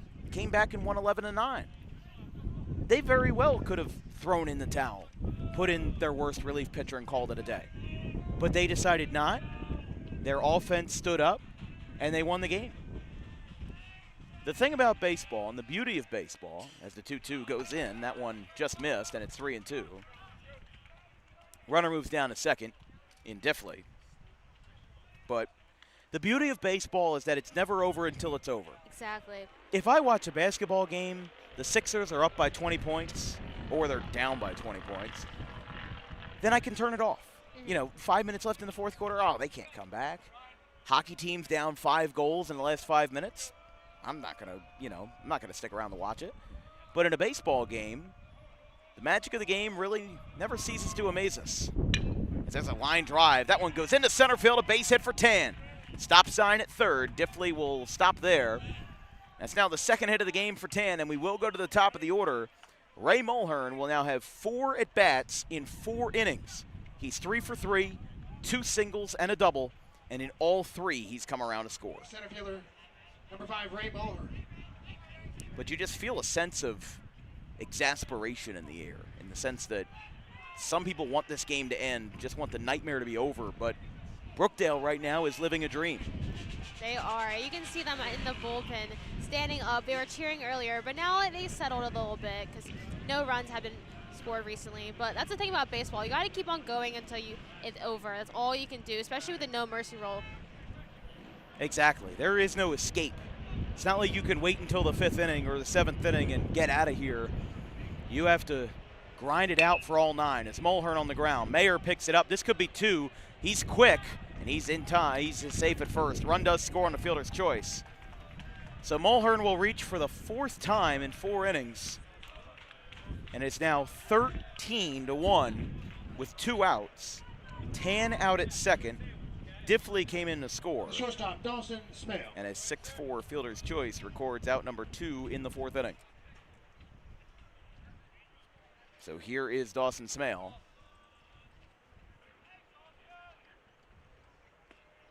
That one is checked to second base, not in time. Smale has also reached base 3 times, 2 walks and an RBI single in the 3rd inning.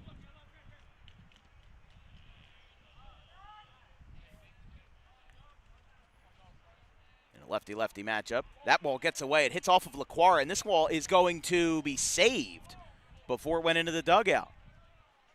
That would have been an extra base for Mulhern if the ball was a dead ball out of play, but LaQuara, quick thinking, was able to save it maybe a half second before that ball went into the dugout. So really quick thinking saves a base, which may not mean much in the grand scheme of things, but it absolutely means something if the final score of this game is 14-13 and the Roadrunners come back to win the game, then that absolutely means something. But right now, it's just a piece of the puzzle, as it's 3-0 now to Smale.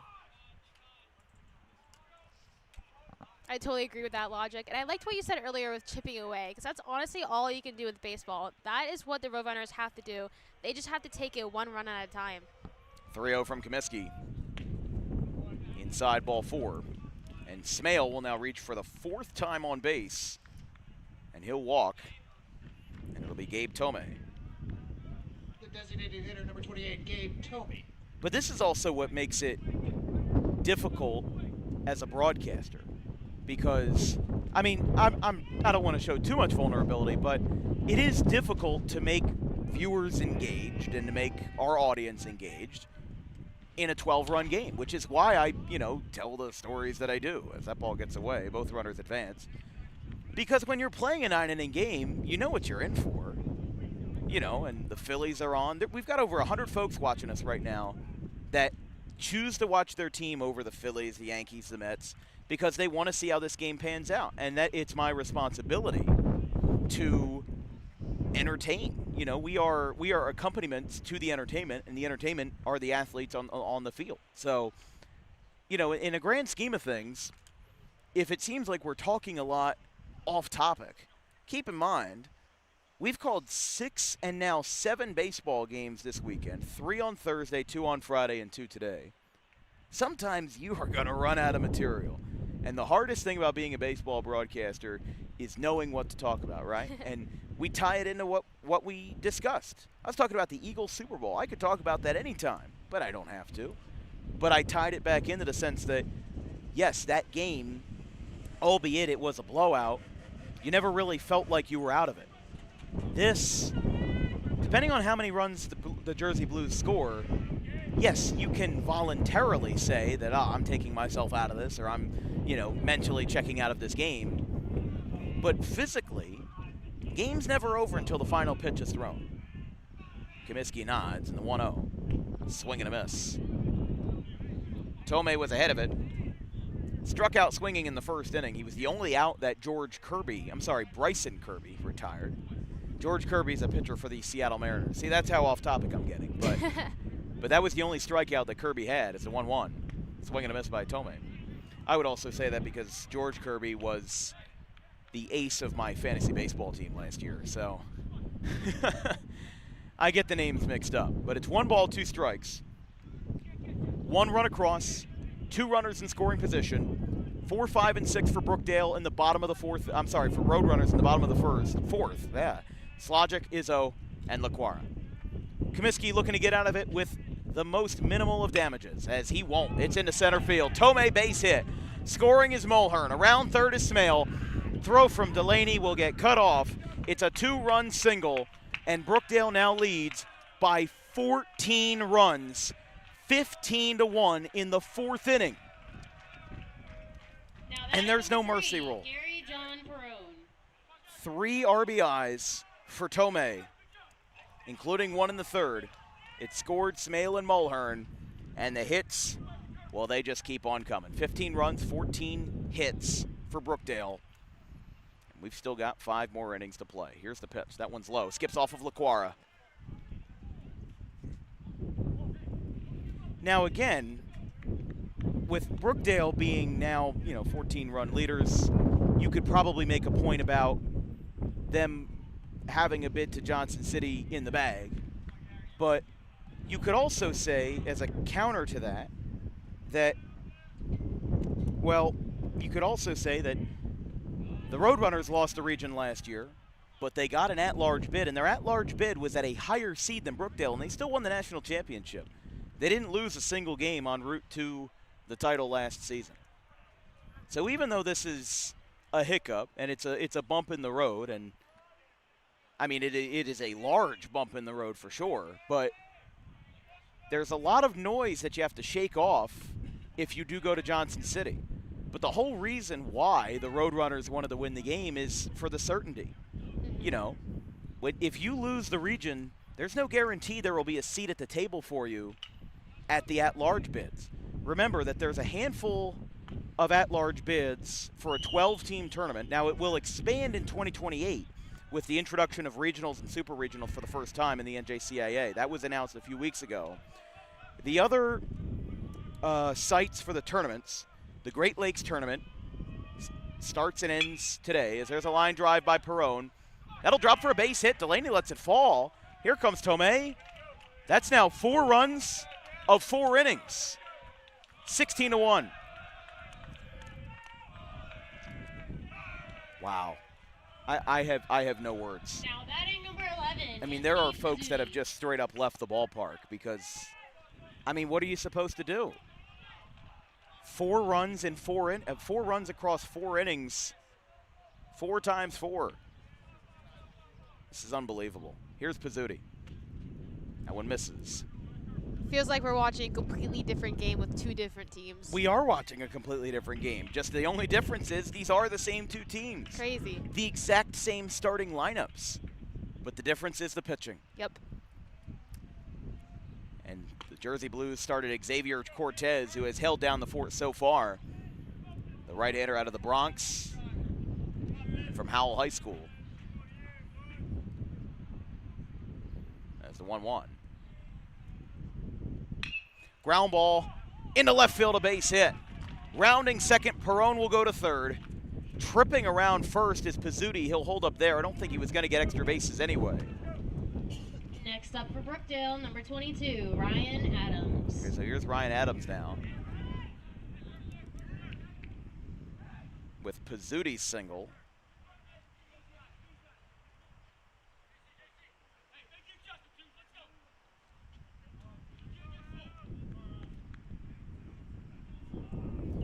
Adams, the 9th batter of the inning. Comiskey delivers outside. And there's no arms in the Roadrunner bullpen either.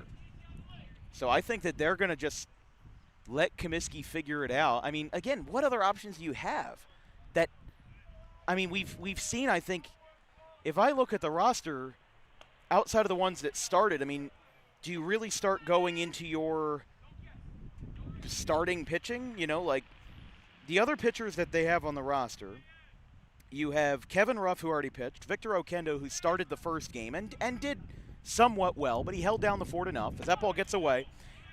Laquara loses it, and the run scores. That's 5 runs. Perone comes in, 17-1.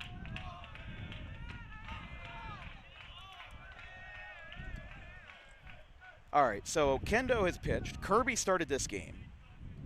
Bezic pitched already in both games today. Doug King started on Thursday, but they probably don't want to throw him today because why do you want to throw him out in the fire in a 16-run game? Scott Lynch started on Friday in one of the 2 games. And, well, the Roadrunners won the first game, so I guess that they only played one. Comiskey's on the mound right now. They have Brody Minder, but he hasn't recorded an appearance this year, as that's in the left field, a base hit. Stop sign at third. Pizzuti holds up there. And it is now Tom Diffley. They've batted around. And runners on first and third. Now batting number 34, So, Tom Diffley. Minder hasn't pitched this year. Hutchinson pitched in game one. You have Emmanuel Fernandez, but he has not pitched this year. James Cliven from the University of Miami, he's pitched 10 2/3, and we have not seen him this tournament. Tommy Bradley pitched earlier today. Matt Hewitt pitched today. And the only other arm that hasn't thrown all weekend is Gavin Friel out of Gloucester Catholic, as that one's fouled back. So out of all those names, there's only 2 or 3 that I mentioned, at least 2, that haven't pitched this weekend. And out of those, there were a handful more that haven't recorded an inning all season. So if you're Rob Valley, what would that mean to the players to give them a shot? I mean, again, a 16-run comeback is probably something that has only happened a handful of times in all levels across all divisions, at all age groups. I don't even know if it's happened in Major League Baseball. But the problem is, you don't give up. And the Roadrunners will have that task to do in the bottom of the 4th inning. Brookdale scores 5 runs, and it's 17-1 in the bottom of the 4th inning.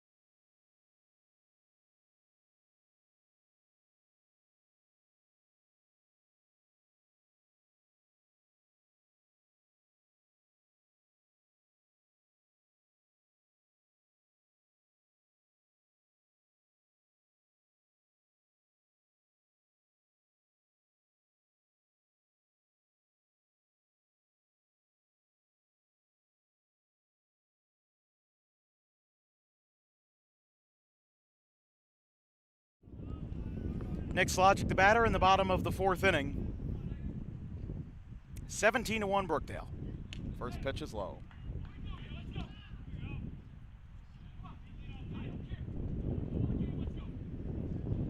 Those 3 words described a lot there. I don't care.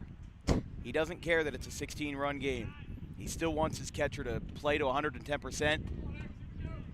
And he's still beside himself that's the result. But that's the thing. You can't let off the gas, because even though a 16-run comeback isn't something that many teams ever have done, as there's a foul ball, but it's also not something that you even want to envision in the back of your mind, in the deepest depth of your head. So at the end of the day, nothing is impossible in baseball. But the Roadrunners will have to start much sooner rather than later off of Cortez, as the 2-1. Outside, 3-1.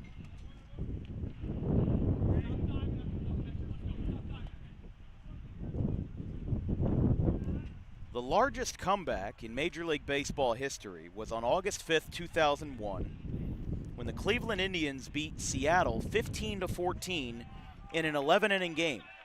The Indians in that game had trailed by 14-2, which was a 12-run deficit, the Roadrunners, number 12, and that had Nick tied Izzo. a 12-run deficit from all the way back in 1911. Wow. When the Detroit Tigers were down 13-1 to the Chicago White Sox. And how did those 13 runs come in? All in the first inning. And Detroit had 9 innings to work with it, and they won the game 16-15. That is how unprecedented even double-digit run comebacks are. But again, the beauty of baseball is that even the indescribable is possible. Ground ball, Smale from his knees throws. This is not in time. Izzo gets safe at first. So Slogic, after recording the base hit, batting for the Roadrunners, number 7, J.C. LaQuara. gets himself out at second base on the fielder's choice. It's a 6-4 fielder's choice, and it's the first out of the inning. The batter's LaQuara out of the left side.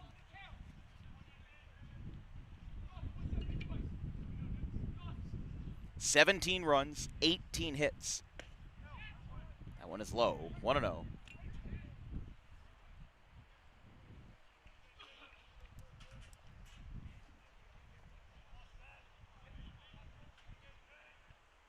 And of course, there's also comebacks in grander schemes as that ball gets away from Adams. It'll be a wild pitch, and Izzo moves to second base. Of course, many people talk about the 2004 ALCS.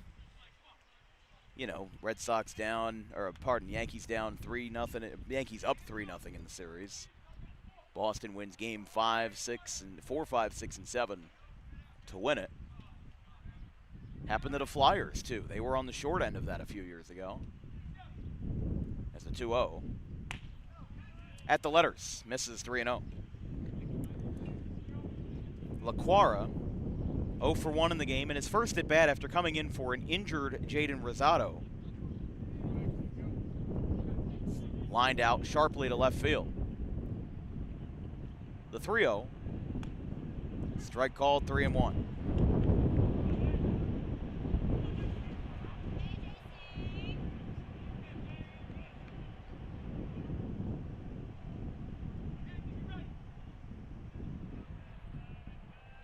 Three balls, 1 strike. LaQuara out to left center field. This one's hit pretty well. This could split the gap. Mulhern goes over, and he makes the catch. Mulhern was slightly shifted over. He makes the play to retire LaQuara for out number 2. Now batting for the Roadrunners, number 1, Gavin Cohen. So here's Cohen.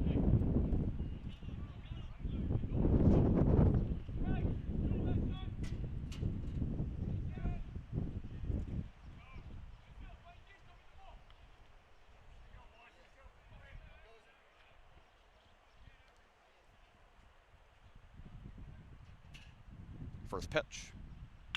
High chopper. Bounces up off the turf. Cohen's got to play it first. It is in time. Bang, bang play. Ryan Tan gets it, and the inning is over. We go to the 5th. Roadrunners kept off the board for a 3rd straight inning. It is 17 for Brookdale, 1 for RCSJ.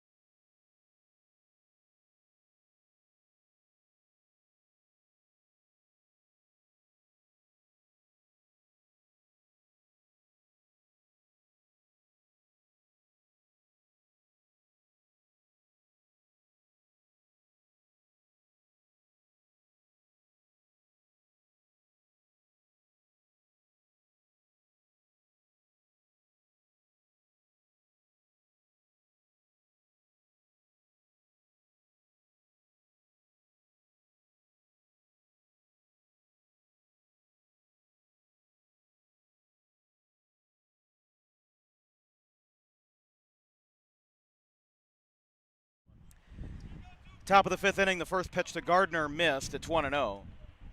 Gardner, Tan, and Mulhern in the top of the 5th inning as a swing and a miss. 1-1.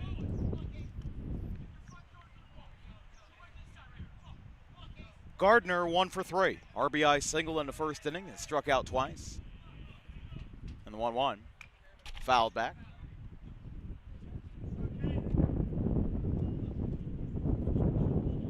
Tune in on Sunday, May the 17th. Yes, we have 7 games this weekend, and I'm calling 3 more tomorrow. I don't know how I'm doing it, but I am. We will be in Maxwell Field as the 1-2. Swing and a miss.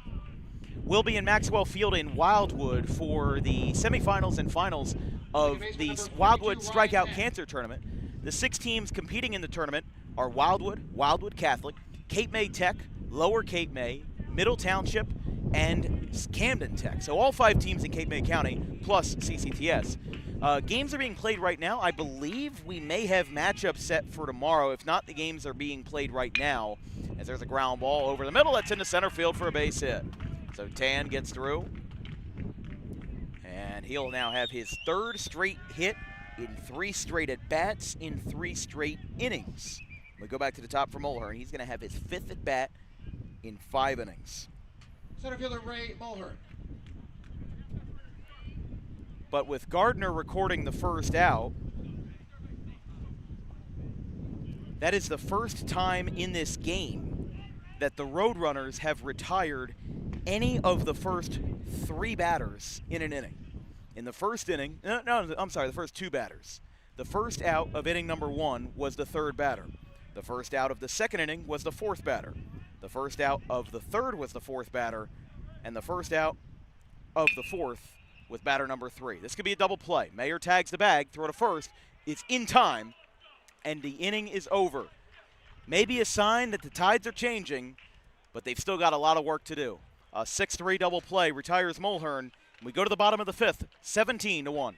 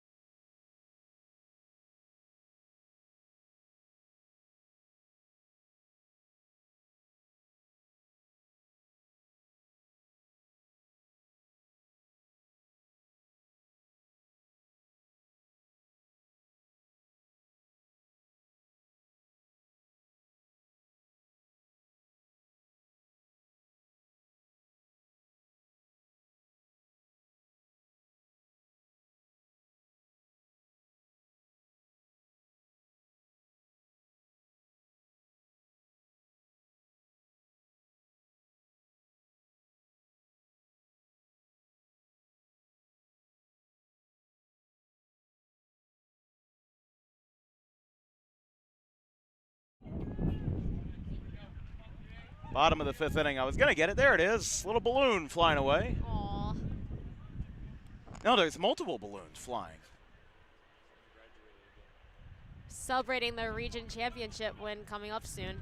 Well, Early celebration. still early, but Very early celebration. yeah, there's a few balloons up there. Maybe I have ADHD or something. I keep focusing on balloons. There's a ground ball. First base side, diving stop, sliding stop, pardon, by oh, that ball gets away. It hit Cortez. It's going to slide off the dugout, and it's going to be out of play. So it'll be a throwing error. Well, actually, I don't know. I think hit an error. So a little bit of both. Moves the runner to second on the ball out of play. Number 5, Caleb Delaney. And Delaney, the 9 batter, will hit. Yeah, it was a cluster of balloons that flew. There's another white one. Where's that coming from? And they're heading towards the track. Oh, yeah, there's a few heavier balloons that are behind us, like a bunch of star balloons. And they're not tied down by anything. So now I'm not the expert on balloons, but I believe the helium balloons are the ones that float or are more likely to float.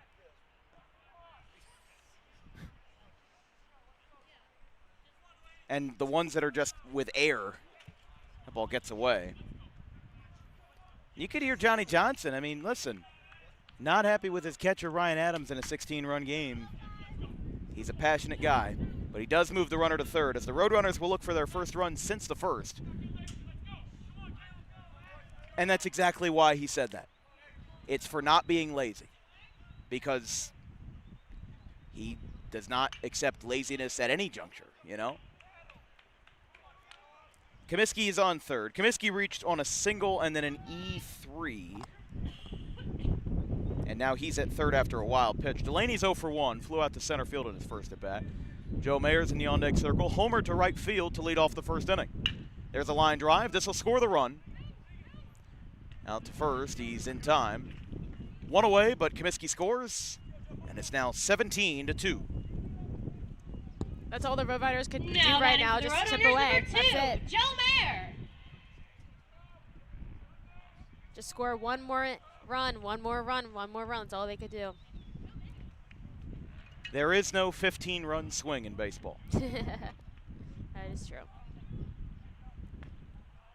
Strike called. Well, you think about it. Baseball, the most you can score on one play is 4. Most you can score in one play in basketball is 4 because of the 3 and 1. I count that as one play. You were looking at me funny. Listen, they call it a 4-point play for a reason. Hockey and soccer 1 at a time, and football the most is 8. Although that's technically 2 different plays, I guess. But touchdown for 6 and then 2-point conversion. But the 1-1. Although you can score 9 points on one play in the UFL, which I watch very often. DC Defenders fan. They have a 1-point, a 2-point, and a 3-point conversion, which means that after you score a touchdown, you would go back from the 25-yard line and have 1 shot to score. As Mayer, right field, deep. He's got his second of the night. This ball is gone. Solo home run, Joe Mayer, out to right field. It's his second of the game. And he hit it to nearly the same spot he did in the first inning. It goes over the NJCAA banner. And Johnny Johnson coming out to talk to Xavier Cortez. It is now 17-3.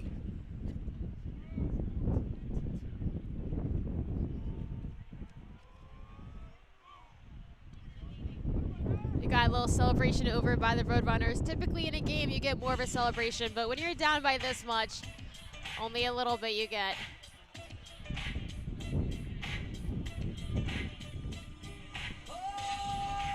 So Johnson talking it over with Cortez. He'll keep him in the game. 2 runs across for the Roadrunners in the inning.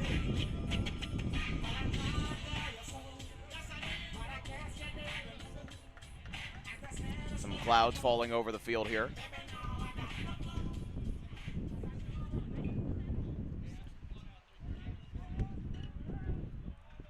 Here's Apicella. He homered in the first game of the day, a 2-run shot to right. There is a right-hander warming up in the bullpen. As this ball is laced into right center field, that's a base hit.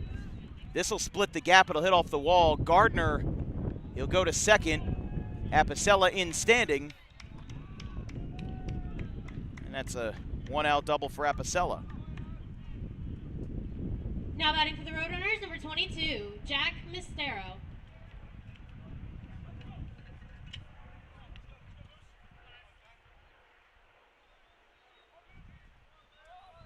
Mistero, the batter, with 1 away, 18-3. 17-3.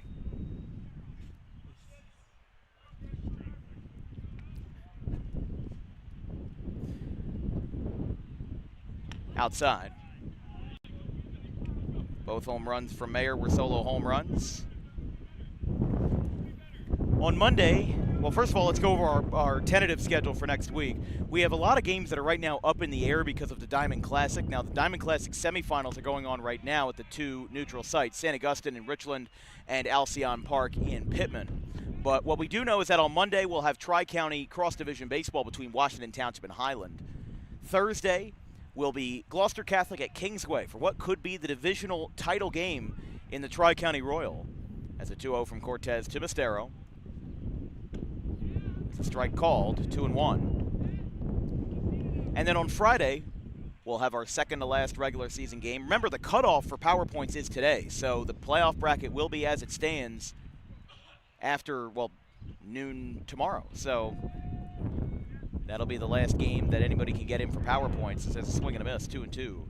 And then, as we said, Friday will be Rancocas Valley and Haddon Heights at 4 o'clock from Haddon Heights. And Saturday, our last game of the year, at least for regular season play, will be Holy Spirit and Timber Creek from Blackwood, 10 a.m. on Saturday, the 23rd of May. On Memorial Day weekend, no less. The 2-2 is outside. We're going to get a heat wave next week as well. Going to get up to 94 degrees. And I got a Phillies game on Wednesday at 1 o'clock. That's going to be... I'm very happy that I'm in the shade, let's say that, for Wednesday's game. A 3-2 to Mistero. Ground ball foul off the rail of the Brookdale dugout.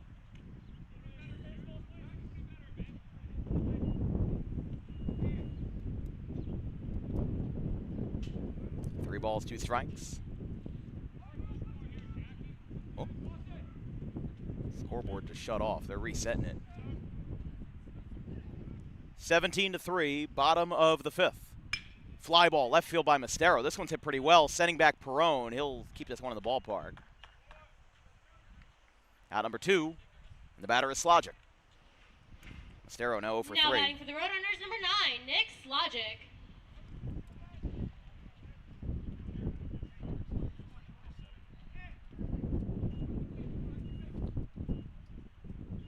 At least the scoreboard is working and is doing what is intended of it. I remember last year, it was either last year or 2 years ago, we did a handful of games for Rutgers Camden, and we still do. But I think Vince remembers this story. The scoreboard was out of order for about a month because somebody in the middle of the night, between back-to-back games for Rutgers Camden, as this one's popped up in the infield, this could be out number 3 of the inning.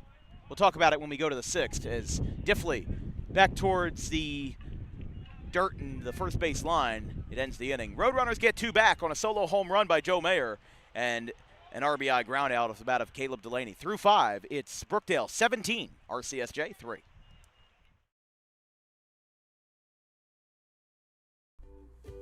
In life, the road ahead is full of possibilities, but to navigate it safely, you need the right skills.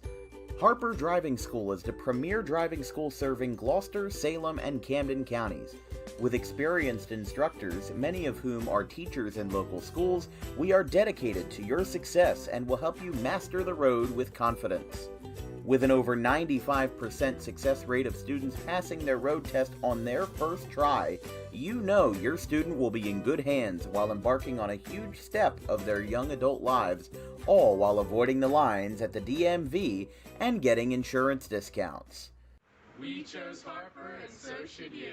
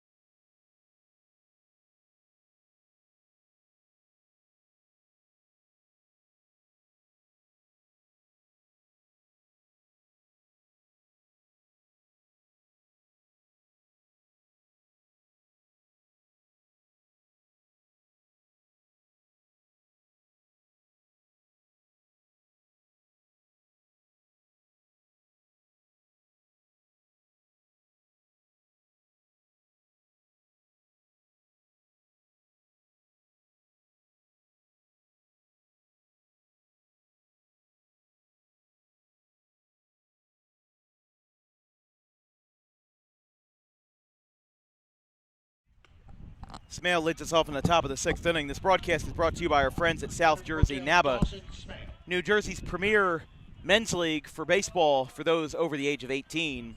20 teams, 4 highly competitive divisions, with registration for the fall season opening in June. Visit their website at southjerseynaba.com. Comiskey dealing with an issue with, it looks like his pitch-com. He's adjusting the device in his hat. He'll put it back on, and it's 1-0. Yeah, it might have been a cross-up between Laquara and Comiskey.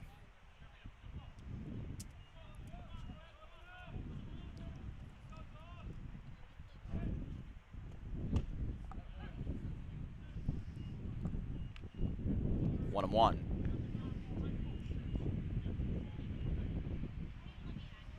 There goes those dirt bikes again. 2-1.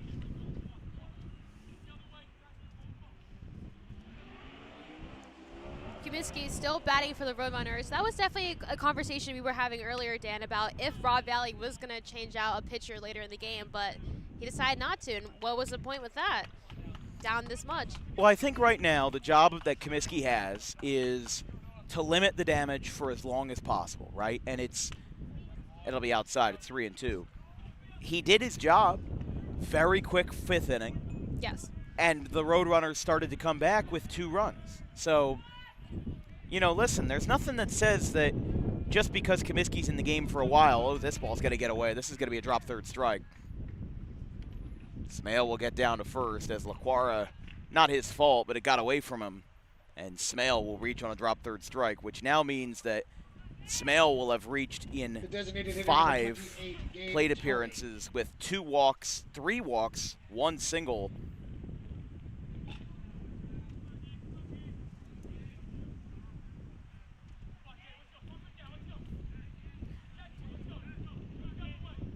That's Tomei, the batter.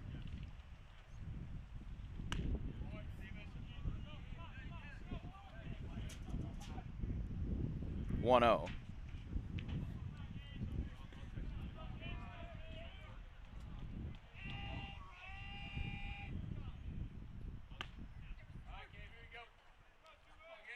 Strike called on the breaking ball, 1-1.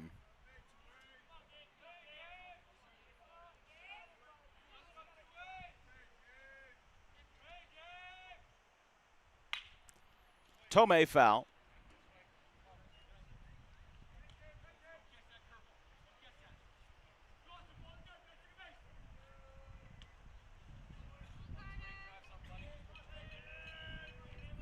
One ball, 2 strikes to Tomei. Runner on first. Nobody out. Comiskey, high chopper. Comiskey's going to grab this one. Foot race to first, and that's in time. And Tomei lost his shoe. Trying to get that one in focus. There we go. The left fielder, number 3, Gary John Perone. Oh, no, I'm sorry, that's his elbow guard. The way that it looked down the line, it looked like it kicked up and it looked like he had lost a shoe, which I've actually seen on this field before. Because remember, you cannot wear your regular cleats that you would wear on a natural grass field.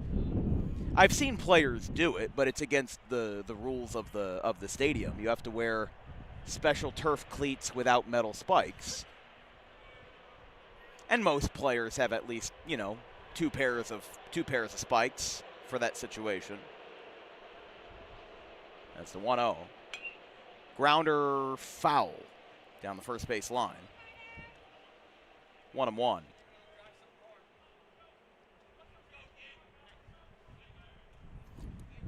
For Gary Perone, 2 base hits, a sacrifice fly, 3 RBIs total.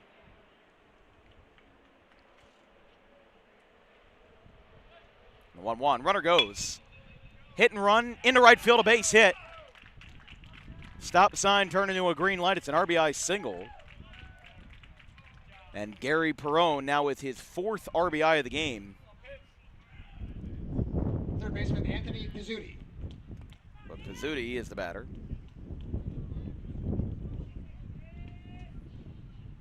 Interesting to see a hit and run in that situation, but they do get that run back. They get one of their 2 runs back, and it's now 18-3. Batters Pizzuti. Misses in. That also may have been a coaching decision, not a player decision by any means. I'll be intrigued to see if they do it again, but it's a 15-run game. And Pizzuti lines it. It's caught by Apicella. Perone was off at first, and he is out. It's a 5-3 line drive double play as Apicella caught that one at his knees, and he threw it over to first base to retire the side. Going to the bottom of the sixth. Brookdale 18, RCSJ 3.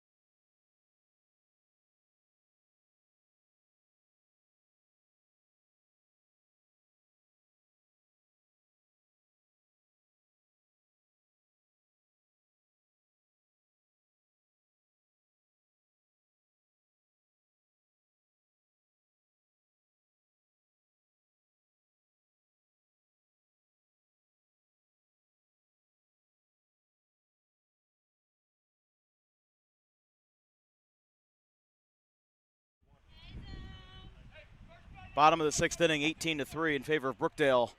Roadrunners got 2 runs back, including a Joe Mayer solo home run. Roadrunners have a few folks stretching, but nothing formal yet in the bullpen. Izzo, LaQuara, and Cohen, 5, 6, and 7 in the bottom of the sixth.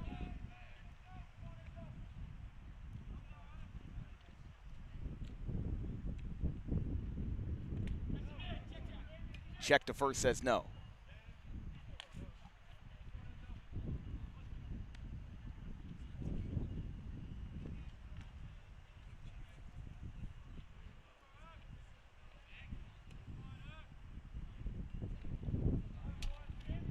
Ball missed, and another check swing says no.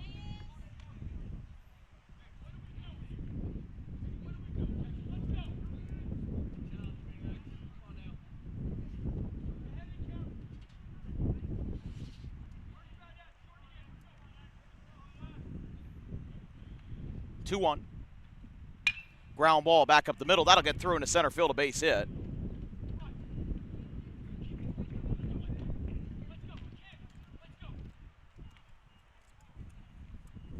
So Izzo with a single, and the batter is LaQuara. Number 7, J.C. LaQuara. Now Johnson's coming out. He'll be granted time from Ben DiCostanzo, and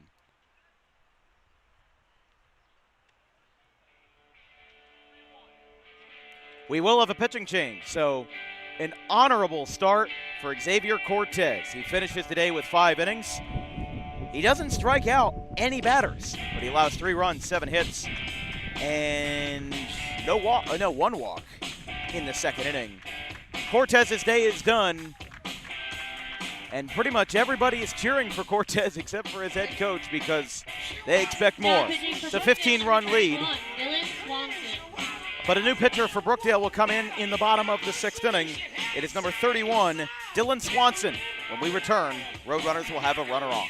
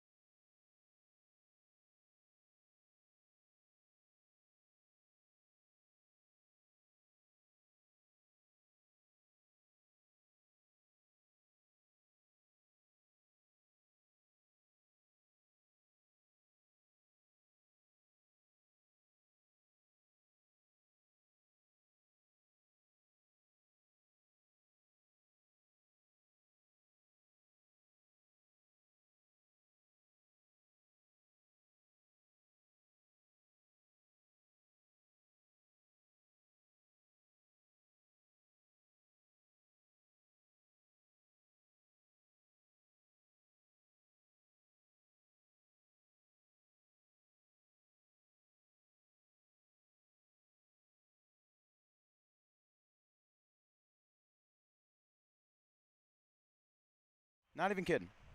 Dylan Swanson, a new pitcher for Brookdale in the bottom of the 6th inning.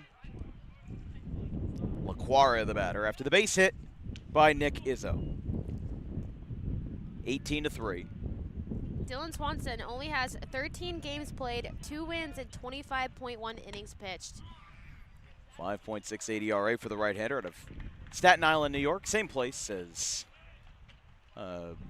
Gary John Perone comes from. Tottenville High School, 5.68 ERA, 1.66 whip. And in fact, they both went to the same high school at Tottenville. So that one's fouled back. 2 balls, 1 strike. LaQuara, who was not in the starting lineup, came in for Jaden Rosado, who was injured during a warm-up pitch in the 2nd inning. Replaced Rosado. LaQuara replaced him, and he's 0 for 2. But it hit the ball to the outfield both times, as now he's going to get a line drive. Oh, it's off the glove of Smale. The wind picked up at the wrong time. It went right over his glove. It bounced off of his glove. And LaQuara, on the liner to short, will get on for his first appearance on base today. Now batting for the Roadrunners, number 1, Gavin Cohen. And he'll get on with nobody out.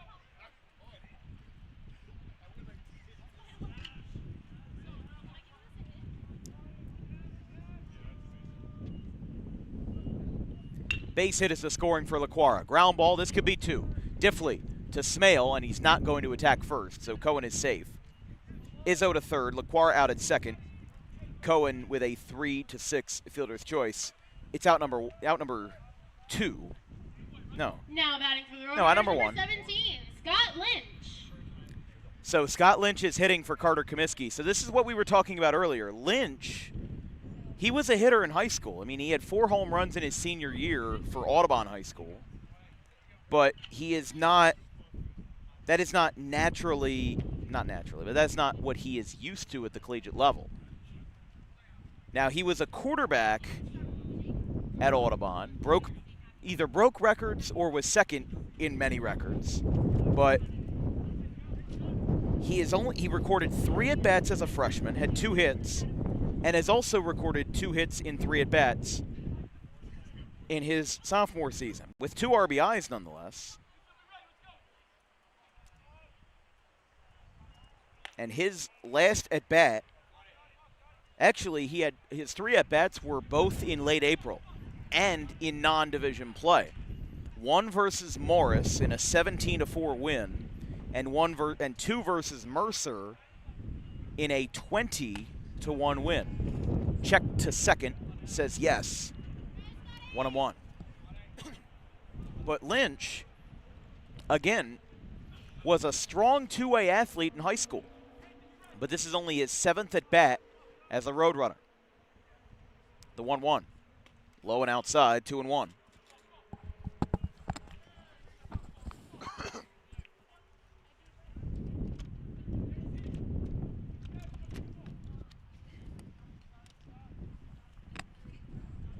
And this also presumes that Lynch will pitch the 7th as he fouls it back.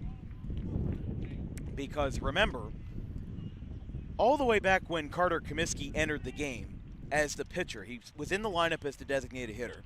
He came into the game as the pitcher. That means that the DH is forfeited. And there's no designated hitter for the rest of the game. So wherever the pitcher lands, everybody else who follows him, oh, here we go, Lynch, right field. Pitchers can rake. This ball is gone. It's his first career home run as a Roadrunner, and it's a 3-run shot to right. Scott Lynch, he's done that many times before at many different levels, but it's his first in the blue and gold, and it makes it 18-6 with a 3-run shot to right. Never know. It's now a 12-run game. Now batting for the Roadrunners, number 5, Caleb Delaney. So here's Caleb Delaney now after that 3-run shot by. I had a feeling. I just had a feeling. First at bat in 3 weeks, and it's just your 7th. And again, I know that Scott, first of all, I went to high school with Scott Lynch. I was a year behind him. A year behind him, 2024. And I had presumed that he was going to be a 2-way in college, a lot like Carter Comiskey is. But I was wrong. But again, that specialization really takes hold in college, where if you are a two-way player, you do have to be more or less masterful at both positions to be considered. And especially when you're playing for a Robb Valley team, even more so. It's now 18-6. And that is one thing about the Roadrunners. They have a lot of pitchers who focus only on pitching, but when you have that background in hitting from high school, it's important to use that, and he just did right now. Base hit to left field by Delaney. Now batting for the Roadrunners, number 2, Joe Mayer.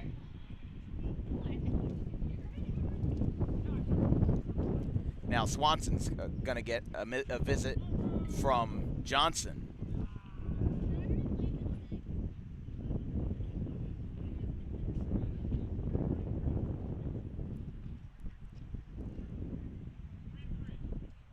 There will be another pitcher. So just like Valley wasn't wasting any time with his picks, Brookdale will do the same. The new pitcher is number 33, Mike Zena. The left-hander will come in with one away, and 3 runs home for the Roadrunners in the 6th.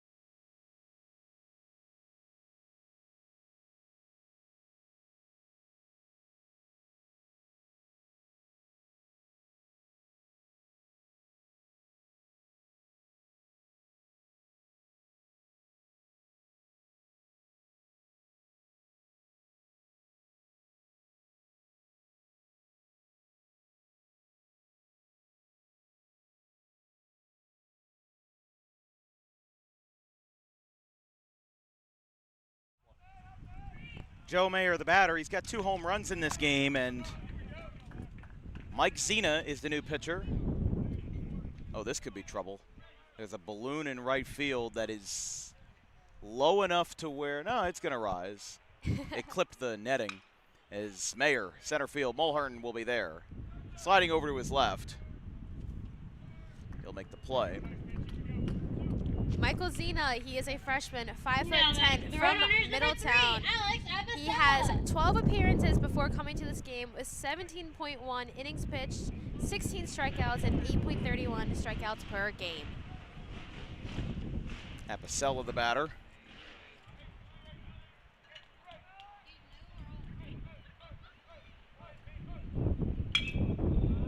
Fly ball to right by Apicella. This one is deep, and this ball is gone. 2-run home run, Alex Apicella out to right field. It's his 2nd home run of the tournament. And it's now 18-8 as the Roadrunners have scored 5 runs in the 6th inning.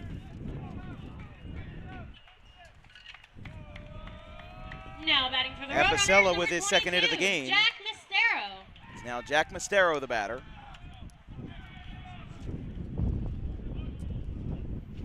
So a 2-run shot to right. Pardon, it's the 3rd hit of the game for Apicella. Mistero jammed foul, hits the top of the net.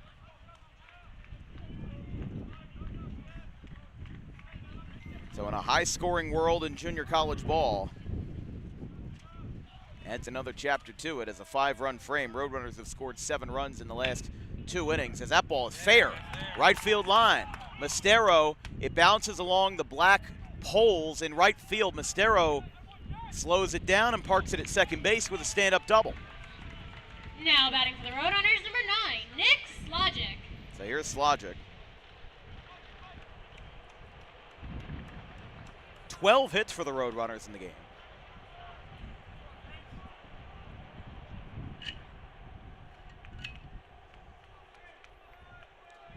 For that left-hander we were talking about in Michael Zena, he went to the same high school as Brevin Bezic, Middletown South in Middletown, New Jersey, in Ocean County.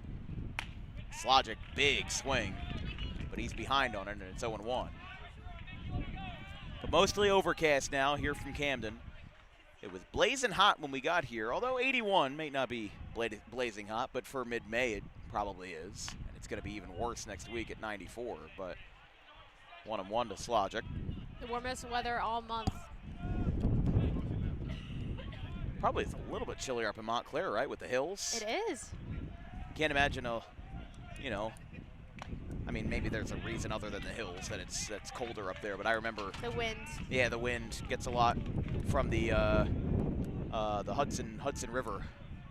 Yeah, think of the wind that you're feeling right now, but it's just always on campus. That's Montclair. But right now, the sun is starting to set a little bit, as it is currently 6:32 p.m. on second game for the region championship. First game went 3 hours and 23 minutes. We started at the top of the hour in both games. The only difference was instead of starting at 3, we started at 4, which isn't anybody's fault. The first game just ran long, and it was highly competitive at 12-11. Slogic jammed foul. And it's still 1-2. Slogic, the 9th batter of the inning after Mestero's double.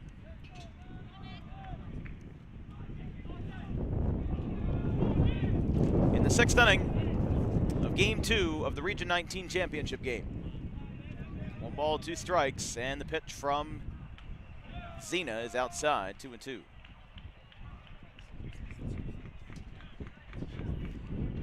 And Brookdale also wasting no time in bringing another pitcher up in the bullpen. That's number 37, Nicholas Hardy, a freshman from Colts Neck, New Jersey.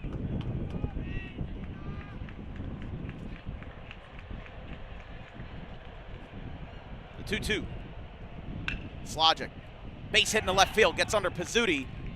Stopping at third is Mestero, not willing to be aggressive, or at least not willing to take a chance. As the Roadrunners have batted around in the 6th inning. Now batting for the Roadrunners, and the batter is number Nick 12, Izzo. Nick Izzo. Izzo at all 4 RBIs in yesterday's semifinal over Middlesex. Won the game 4-3. Hard to believe that yesterday's games were 6-4 and 4-3 respectively, considering that the games today have been 12-11 and now 18-8. And we still have more innings to go. We still have 3 innings on each side. It's unbelievable, isn't it? Absolutely. Strike called. That's one thing about baseball, you can't predict it. I got 3 more tomorrow. I mean, I'm not complaining. Listen, I'm very grateful Rich Hans is giving us the opportunity to cover this tournament. And, of course, the last week of the regular season is ahead of us. But makes me even more excited about the high school playoffs. 1-1 count to Izzo. He is 1 for 3, singled in the 5th as a part of that 2-run frame after Mayer's home run. Inside, 2-1.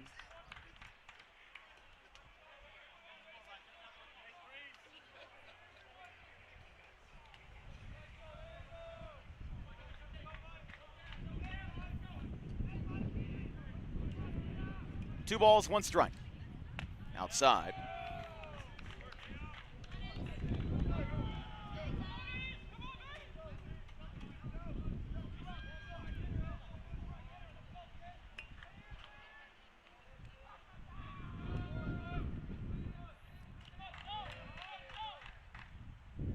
Zena with a ground ball to third off the bat of Izzo. Throw to first is in time. Oh, little collision there, but the inning is over. Well, the Roadrunners are in a bit of an interesting spot. They've scored 5 runs. They batted around, and including a 3-run home run by an unlikely candidate in Scott Lynch. We go to the 7th. It's 18-8.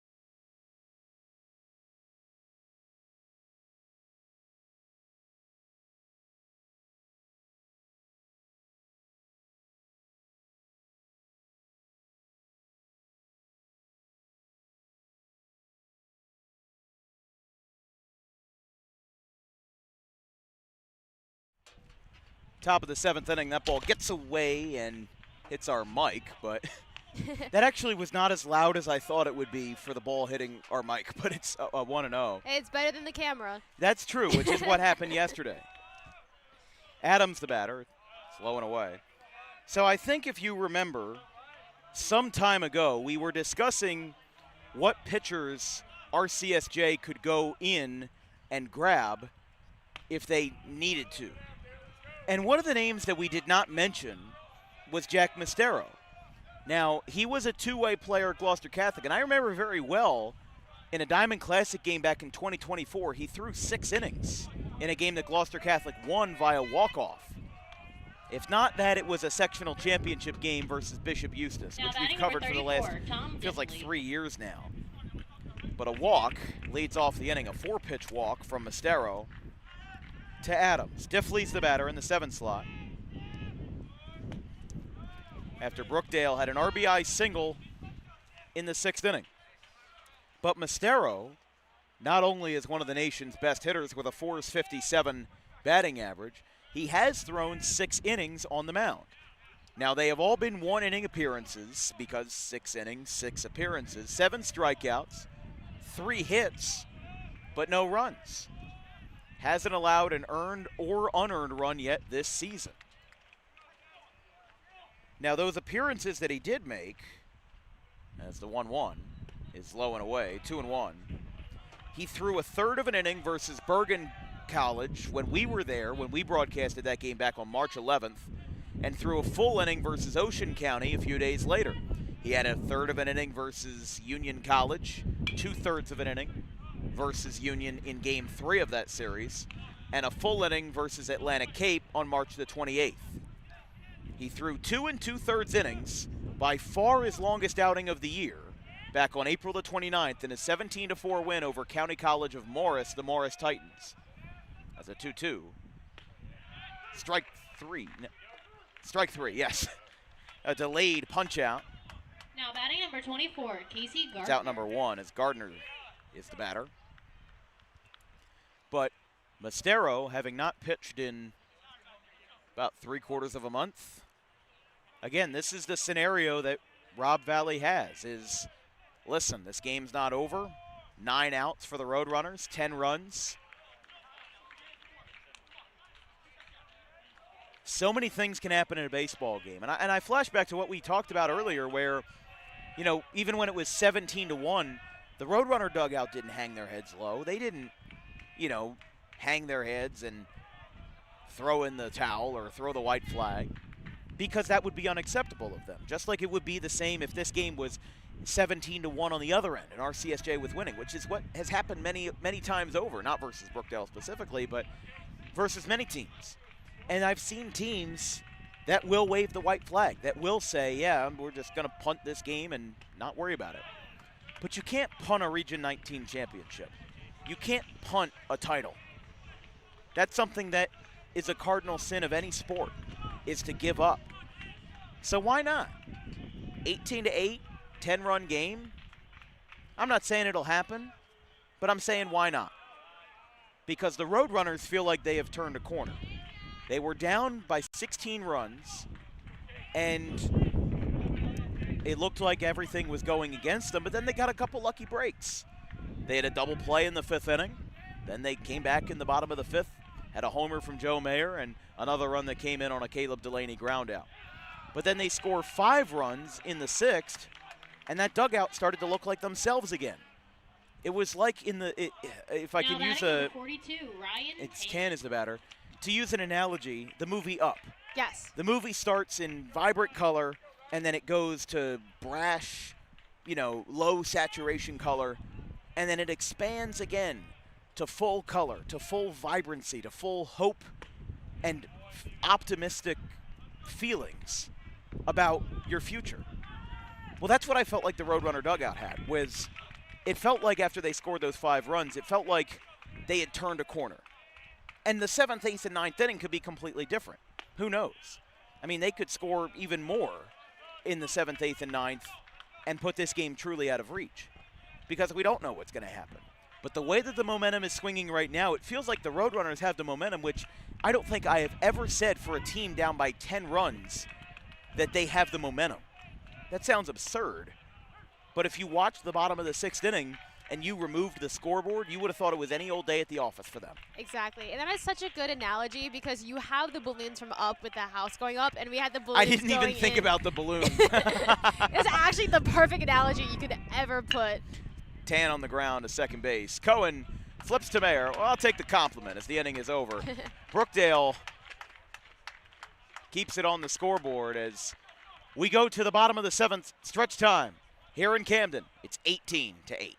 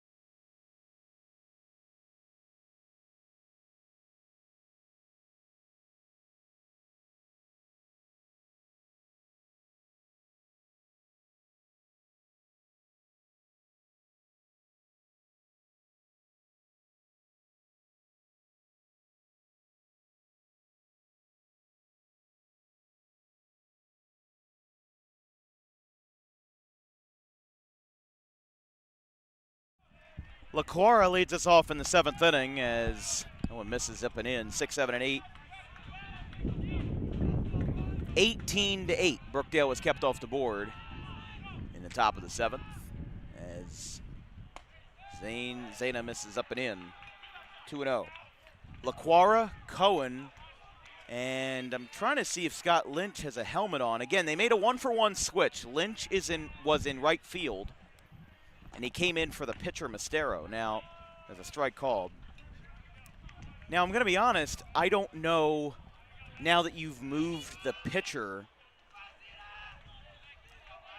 I mean, again, I really haven't seen a situation like that before. If somebody else comes in to pitch besides Mistero, then I would imagine they would bat 3rd instead of 8th, because that would now be the right fielder, Lynch. So I think that's right. But again, how many times do you even see this situation? It's 3-2. LaQuara had a base hit in the 6th. He's 1 for 3. He's got a full count. And Zana from the edge of the rubber, the full count. Liner, left field, that'll be a base hit for LaQuara, and it bobbles off of Perone's glove. LaQuara brings it in, and that's a leadoff single. And that's why we talk about how important it is for a momentum change. We can hear the Roadrunners getting very excited right now in the dugout. You can just tell something's changing. Something's shifting in this game. And who knows if it's enough to do in 9 outs. But that's the mission that they plan to tackle. That ball hit him. Our papers just went flying everywhere. And it's a hit by pitch. I mean, it's that Camden win. Now batting for the that's all of that's all of your notes. Yes, that's all of my notes with all the rosters. Hey, for both saved teams. by the tripod though. Saved by the tripod. Thank you, Dan. Well, thank the tripod, not Thank me. the tripod. Cohen hit by the pitch. Here's Lynch, the right fielder. Had a 3-run home run in the 6th inning.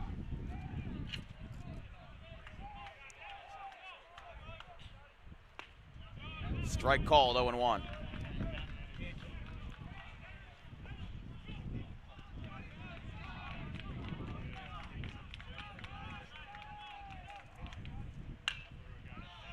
This ball's popped up to center, to right field, down the line. Gardner is there. There's one away, so Lynch is retired. Now batting for the Roadrunners, number 5, Caleb Delaney.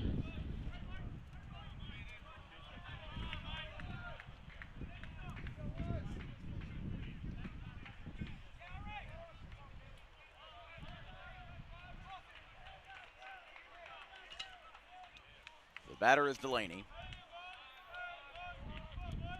1 base hit, 1 RBI.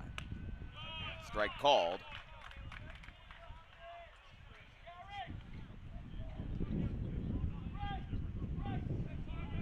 No balls, 1 strike. Zana to the 9-hitter Delaney in a lefty-lefty matchup. Ground ball the other way. This could be 2. Pizzuti tags the lead runner's bag. Throw to first is late. And Delaney gets in. That'll be a 5 unassisted fielder's choice. As Pizzuti went to go to tag the bag. But it retires now the lead runner. The Roadrunners, number 2, Joe Mayer. As it'll be Cohen on second, Delaney on first. And the batter is Mayer.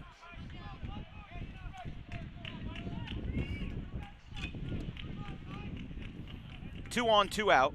Mayer's got 2 home runs today, and he's got a base hit in the right field. That'll get down. Gardner playing deep. Green light from third. Cohen will score. He goes in standing. It's an RBI single for Joe Mayer. That makes it 18-9. Now batting for the Roadrunners, number 3, Alex Apicella.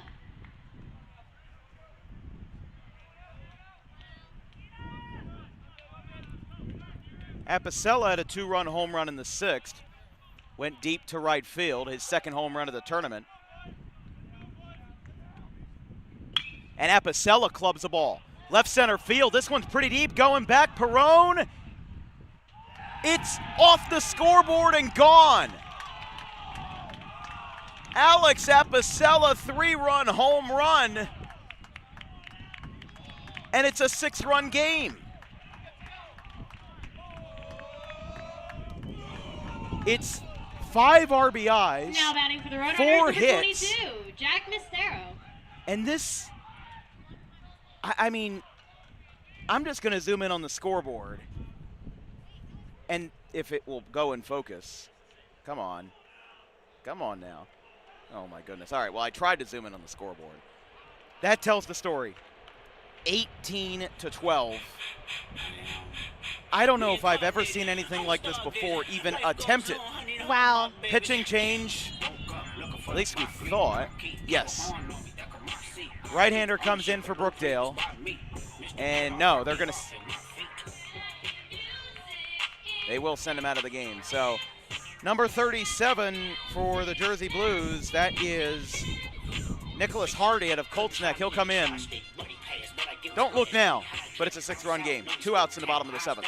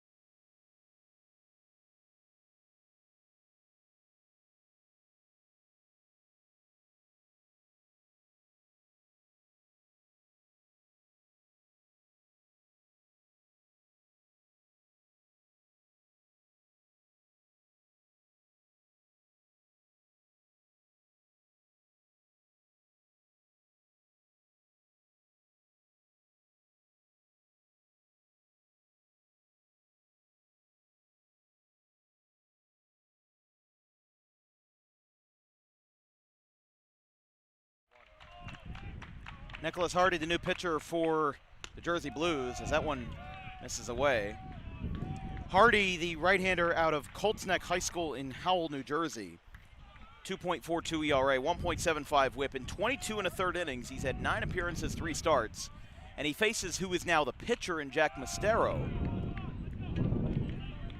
I mean, how do you even describe this? It's a 6-run game. I literally looked up on Google, baseball 16-run comeback, and there was one result. Now, that was from back in May of 2014 in Single-A baseball between the Clinton Lumber Kings and the Burlington Bees. Now, that was in Burlington, Iowa, and it was a 16-run deficit in the 6th inning.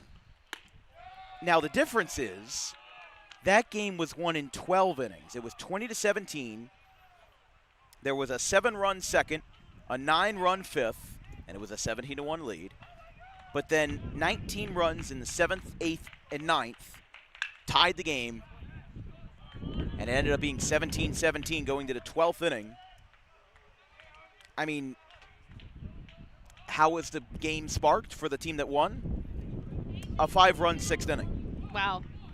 And a 5-run 6th inning for the Roadrunners in the bottom of the 6th. I'm not one to make parallel comparisons, but I'm still just, I don't understand what is happening. I mean, again, there's still many other hurdles, and Brookdale could still shut the Roadrunners down for sure. But Am I crazy for thinking that the momentum has fully shifted in this game? No, I totally agree with what you're saying. It's the magic of the Roadrunners. And it's not even just the fact that they scored that many runs and closed the gap significantly. It's just the fact of all the outcomes that have happened in this game. Like that home run of Scott Lynch, who's supposed to be a pitcher for the Roadrunners.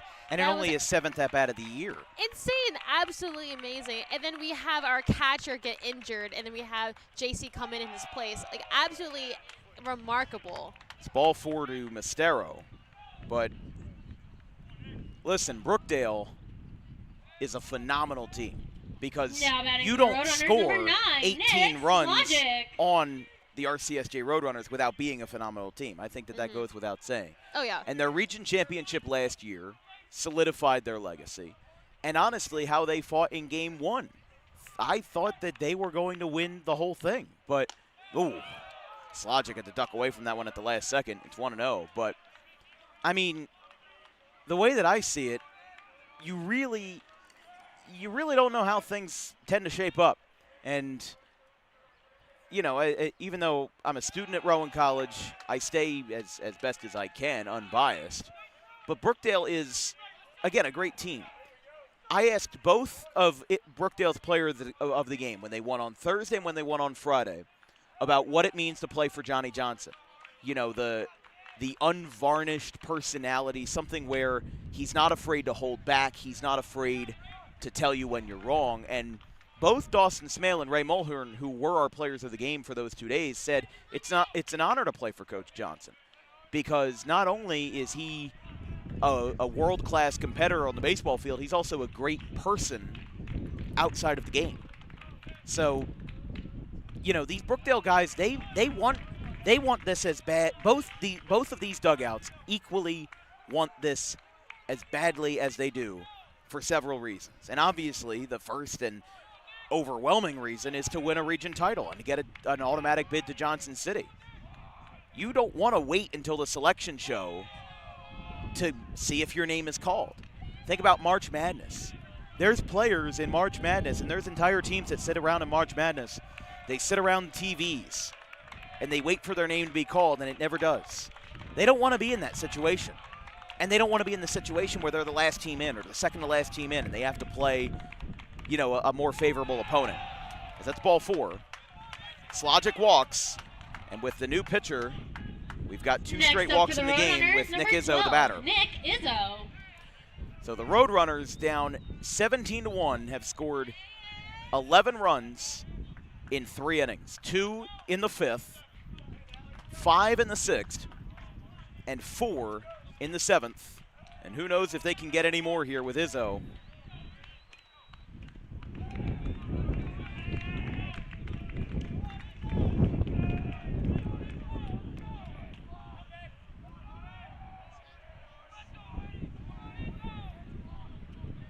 Here's the pitch to Izzo.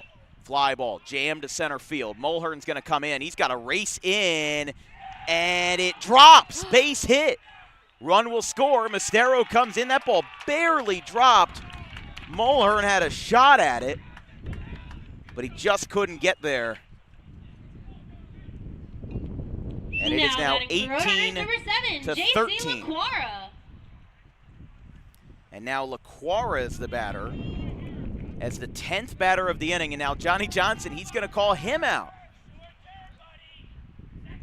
Wow, this is a very quick pitching change. And the home plate umpire just gave a warning, said, don't talk to their guys. And you know what? That's a good point. Don't want this thing to get out of hand. The game was out of hand. I was genuinely worried that we were going to see sparks fly as somebody was going to get upset at somebody and we were going to see people pouring out of the dugouts. But the umpires, as we said, they are the enforcers of the game, and not only that, they're the peacekeepers of the game. In the bottom of the 7th inning, this is I believe the 4th pitcher of the inning for Brookdale. When we return, it's 18 to 13.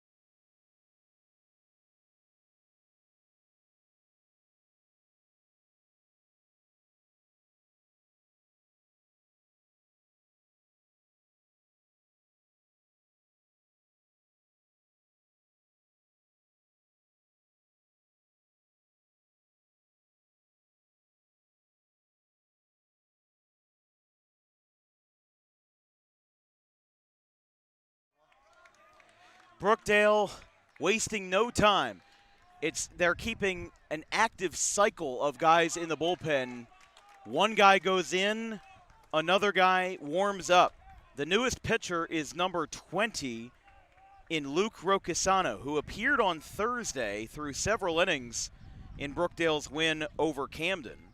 He's got 9 appearances, 8 starts, a 4.29 ERA, and a 1.50 whip, and he's quickly ahead in the count 0-2 to J.C. LaQuara, who has a single to start off the inning. And again, what felt like many moons ago, as this is the 10th batter of the frame. The 0-2, high chopper, first base side. This could be what Brookdale needed. They're going to get out of the inning, but 5 runs come in, and RCSJ, they are loudly knocking on the door. 18-13 to the 8th inning we go.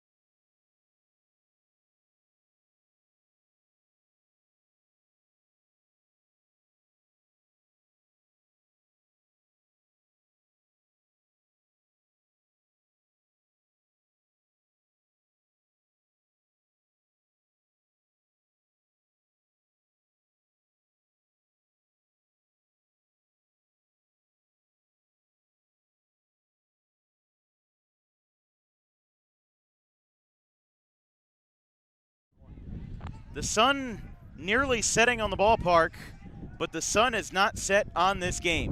18-13. Let's break down the numbers. Brookdale scored 4 runs across the first, 4 runs each in the first 3 innings. 4, 4, 4, and then 5 to go up by a score of 17-1. Joe Mayer had a leadoff home run for the Roadrunners, and it just looked like it was going to be one of those days. But then something shifted. In the top of the 5th inning, there was a big double play that was started at the shortstop by Mayer off the bat of Mulhern, and it was a close play at first, but there was some pep, there was some cheers from the dugout, a sign that maybe the tides would change. But then they scored 2 runs in the bottom of the 5th inning. It was a solo home run by Mayer and an RBI ground out off the bat of Caleb Delaney. But then Brookdale got one back, and it looked like we were back to square one. But the Roadrunners came back with 5 runs in the 6th, including a 3-run home run by Scott Lynch. And in the bottom of the 7th, they also score 5, including a 3-run home run by Alex Apicella.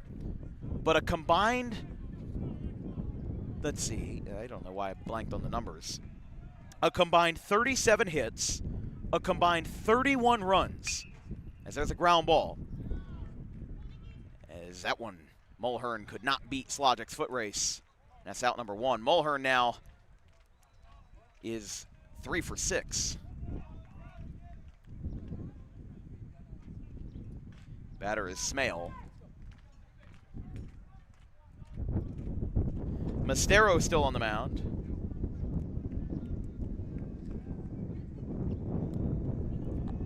Mustero playing a very strong game for being a pitcher. And a fun fact about his brother today, RJ Mustero, at Monmouth, he hit 2 home runs today. Are they in the last? I think they're in the last series of the regular season, right? And they're. Yep, it is Monmouth's final home game against NJCAA. Okay, so I'm just trying to think in my head because I'm getting thrown off because NCAA softball started their regionals this weekend, but baseball still has the last week of the regular season. So, yeah, you're right. Walk-off winner. They beat North Carolina A&T 8-7. Now, I don't know personally how they're doing in CAA. I mean, I try to follow college baseball as best I can, and I do with the higher programs, but with 200, 300 programs, it's hard to follow them all. But the 2-2 fouled back. Listen, I lose count sometimes with 90 teams in South Jersey across the high school level. Not to mention those that don't field a baseball team, like Lindenwold, Woodbury, the Camden Charter Schools, and all the rest of it. But 2 balls, 2 strikes, 1 away, bases empty for Smale. Golf's 1 foul.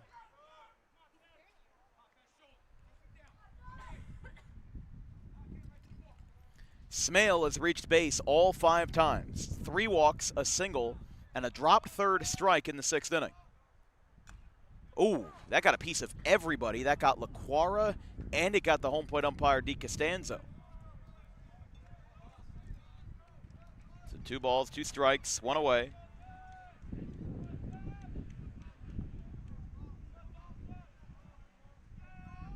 Mastero's pitch, foul tip. That got another piece of LaQuara. He's going to walk out to the pitcher to make sure he's okay. LaQuara, that is. And that's, again, we talked about the umpires.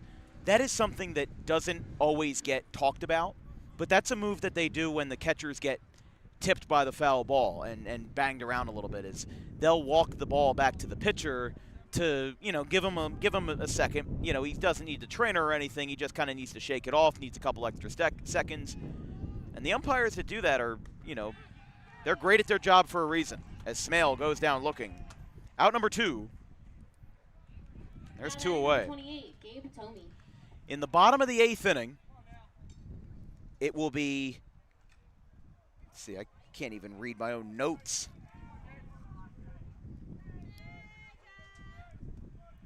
Last out was LaQuara, I believe. I'm going to have to look back at my notes again. I apologize. I never marked a 3rd out.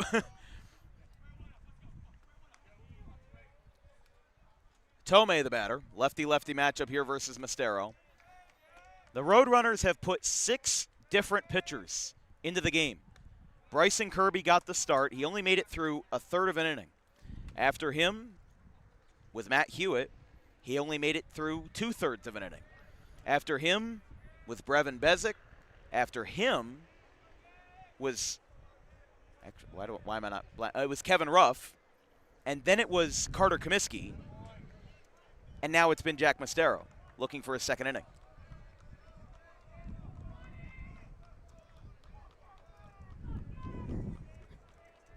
Three balls, no strikes. 3-1 down the pipe. 3-0 down the pipe, now makes it 3-1.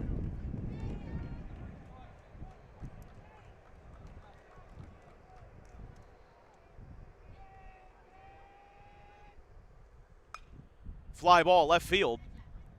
Running in, that'll drop for a base hit. Izzo picks it up, no play at second, and that's a double for Dawson Smale out to left field. Now batting number 3, Gary John Perrone III. So here is Perrone after the double.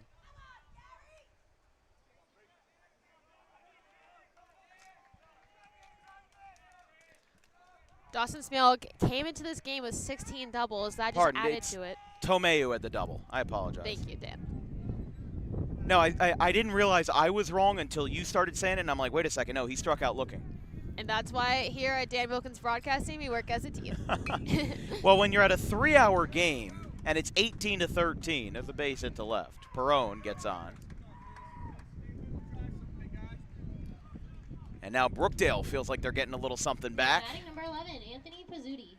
I mean, it would be incredibly heartbreaking to see RCSJ come this far and then not get anything out of it and to not win. Nobody's warming up, so Valley's just coming out to talk to Mistero here. But that's one thing in sports. History does like to repeat itself. It reminds me of when I was working at the Ryder Cup. Team USA had a comeback just like RCSJ did, where they erased a deficit that was from 11.5 to only 4.5, but they still lost 15-13 in the Ryder Cup. So it really shows you making up a lot of points, but at the same time, you can come up short. Very good point. And first of all, we said before, you're working the World Cup in New York. As a partnership with Montclair State University, it's great, and I believe with LIV Golf, right? Yes, correct. So Dan Wilkins Broadcasting crew, they're going far. Vincent coached with 97.3, right? I keep saying 93.7. It's 97.3 ESPN Radio in Atlantic City. Not to mention Jake Clark, he's calling the Rowan Baseball Regionals that they're playing in NCAA Division III. He also calls games for the Wilmington Blue Rocks, Delaware Blue Coats, NBA G League. I mean, really, I'm incredibly proud of the crew that we have assembled, and I say that mostly because we started out in very humble beginnings. We're going to be celebrating our 5-year anniversary this year in October since our first broadcast, and I was a sophomore in high school when I did my first broadcast. I had a shaved head, my camera with a $50 knockoff from Amazon that didn't even come with an owner's manual. I didn't know any of the settings. I didn't know how to commentate soccer. That was the first sport that we covered. I knew nothing about it. The graphics were something that I had made in Microsoft Paint with the text and everything. I mean, you can look at all of the old broadcasts are still there, but it wasn't good. And I knew that I had to work on it from that day forward, and to that I did. So to work big events like this, to work games with championship atmosphere and championship implications, whether it's NCAA, NJCAA, or high school, because high school games gather a lot of attention as well, it's very important that I continue to keep working every day. As this ball's fouled back towards Delaware Street, and it'll land on the street.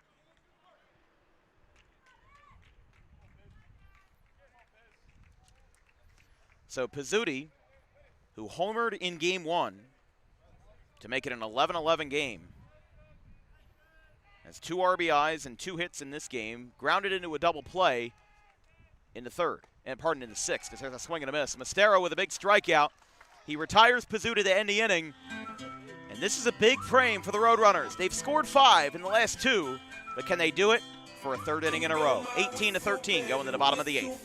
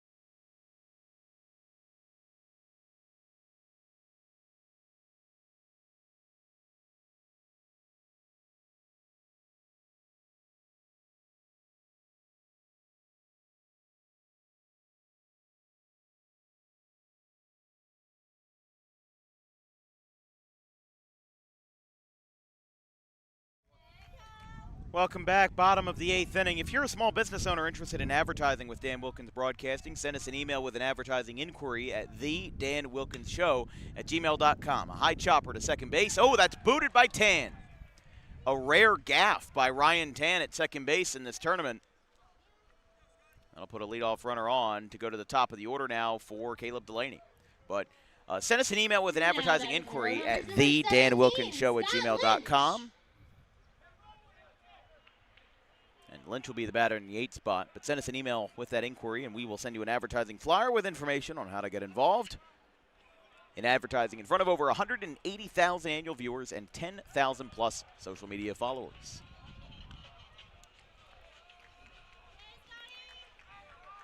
An error was scored at second base on that high chopper to Tan that saw Cohen reach first base. The 1-0 from Rocasano hits him in the shoulder, and that will be another base runner.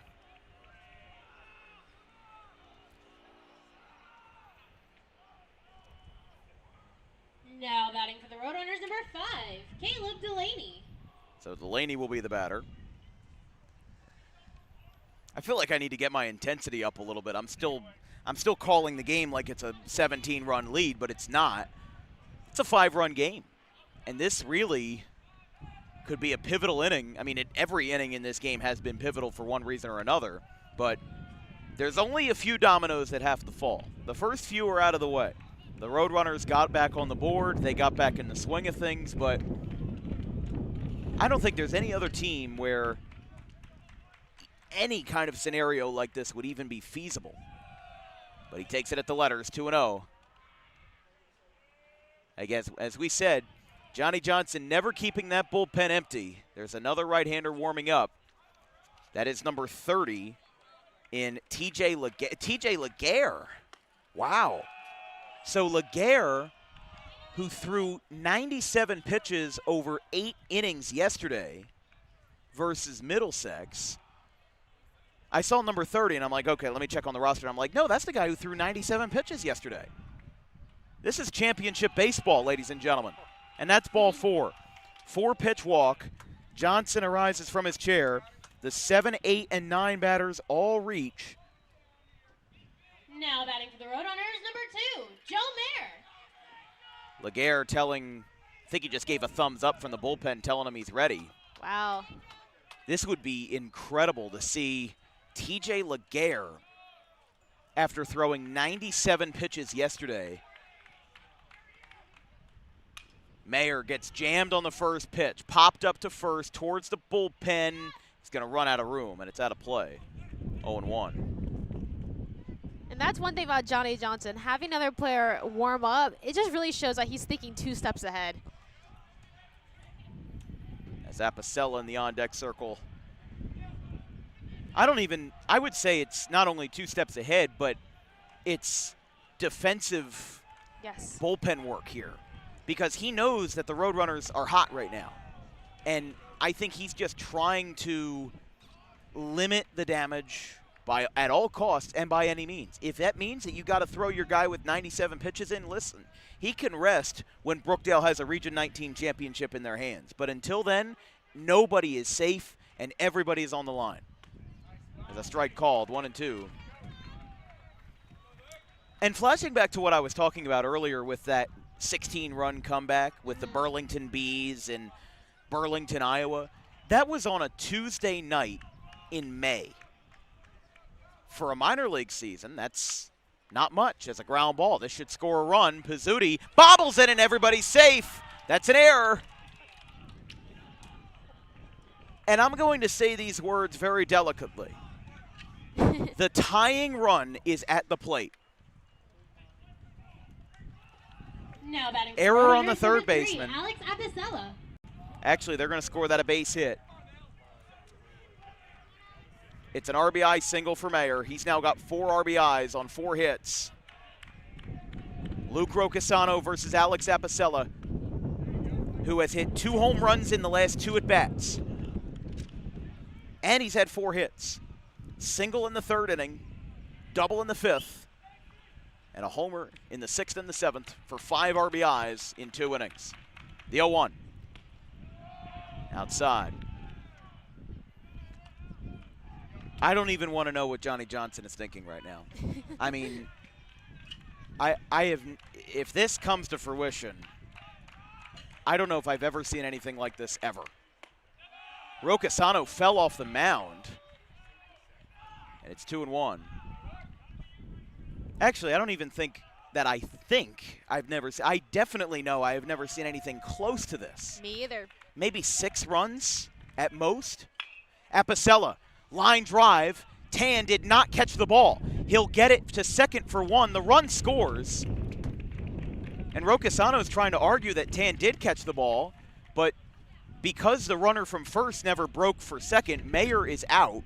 Apicella is on first. The run makes it 18-15, and Mistero is now the tying run with 1 out in the 8th. Batting for the Roadrunners, number 22, Jack Mistero. Most of the folks on the RCSJ side left the ballpark. And they're missing out. I don't blame them for doing so. But they now have a reason to crawl back to Camden and stay for this moment. As Rocasano, strike called, outside corner. So it'll be a 4-6 fielder's choice by Apicella. Mayer out at second. The run scored was Lynch, and Delaney is at third. Rudders on the corners. The 0-1. Check to second, no.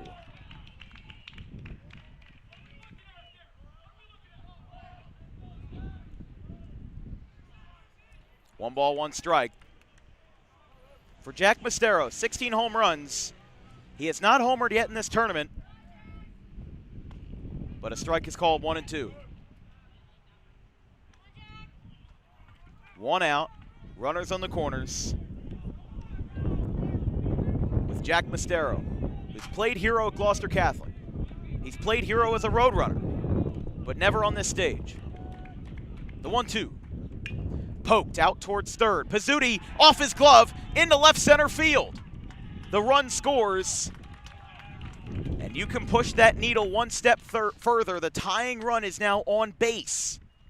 Mistero on first base. Number 9, Nick's Logic. Apicella to second. It'll be scored a base hit on the diving effort by Pizzuti, and it's 18-16. Slogic the batter. Rocasano, first pitch. Inside, 1-0. If you're just joining us, I'm sorry. I mean, 3 runs across in the inning. And the 1-0 is inside, 2-0.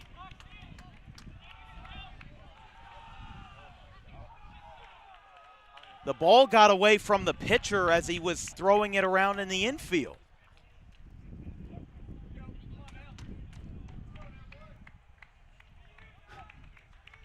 Two balls, no strikes to Slogic. He has 3 hits, a double in the first inning, a single in the 4th, and then another single in the 6th, 18-16. Slogic, left field! Is this it? It's gone!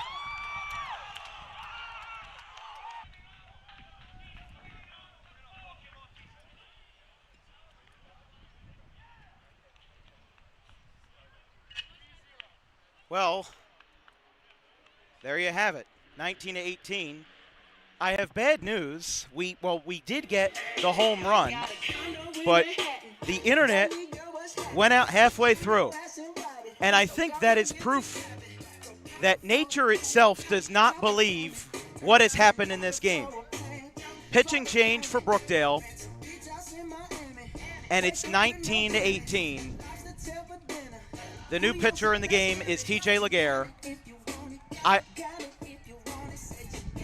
I'm quite upset that we missed the home run, or at least we got the first half of it. All right. You know what? I think we saved the replay in time. Did we get the whole home run? Let's take a look at it again. This is the home run. So we at least have the replay of it. There's your 3-run shot. What we're going to do, because there was a clip in it, we're going to do this. We're going to send the video to full screen. I'm going to turn off the soundboard, and we are going to play the video at full speed so you can hear the home run call and see the home run in real time. Give us 1 second, please.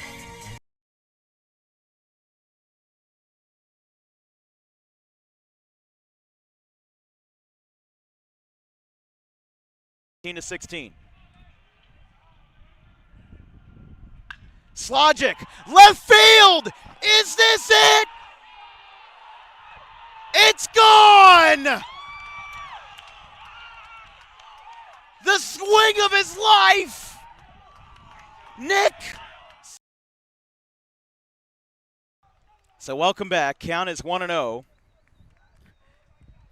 First of all, thank you to our producer, Vincent Focht, who saved that home run in time before our Wi-Fi had a technical issue. So we now have that whole clip.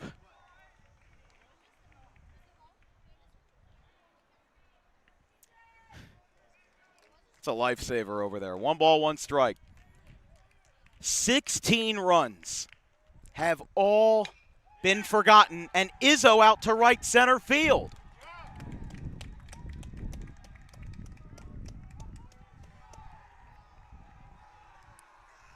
Now batting for the Roadrunners, number 7. So JC here LaQuara. is now LaQuara. I'm gonna have to count how many pitchers have been used in this game. This is by far. I don't even want to think about it. This is the craziest baseball game that I have ever called. And I've called over 300 baseball games in 5 years. I don't know if there will ever be another one that tops this.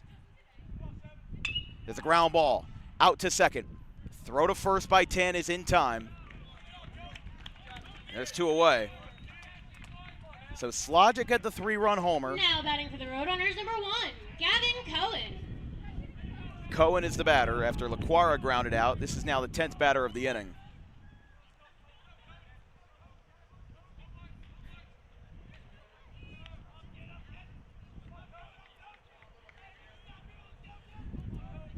A combined 43 hits.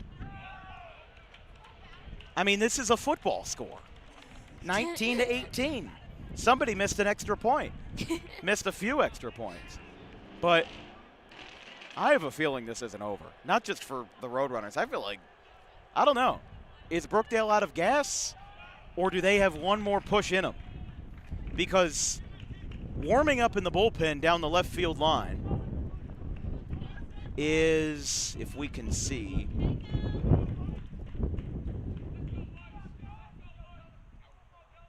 I can't tell who that is. That's a ball.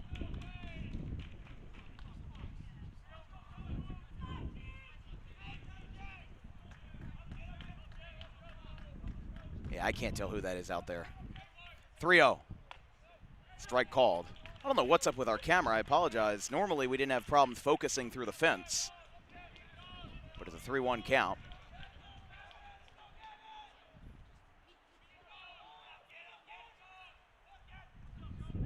The 3-1 from Laguerre. It's ball 4. Or maybe let's try this again. Nope. Now batting for the Roadrunners, number 17, I Scott don't know Lynch. what's happening.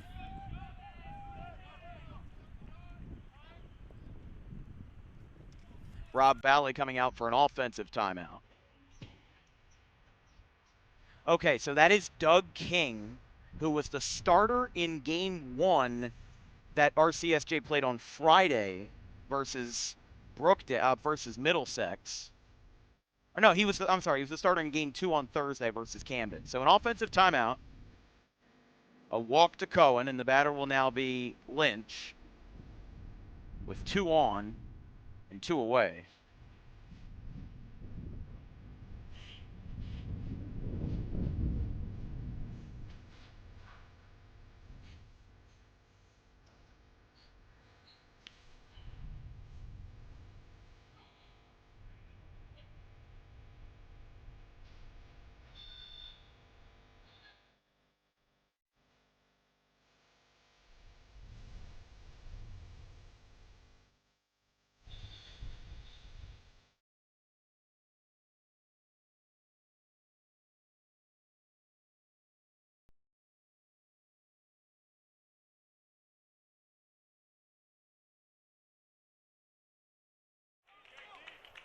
After the offensive timeout, that one is high to Lynch.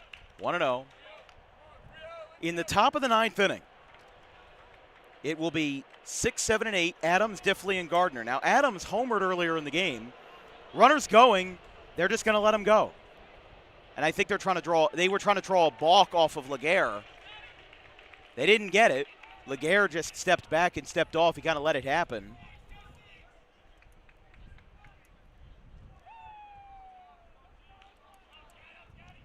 Here's the 1-0. Outside. 2-0.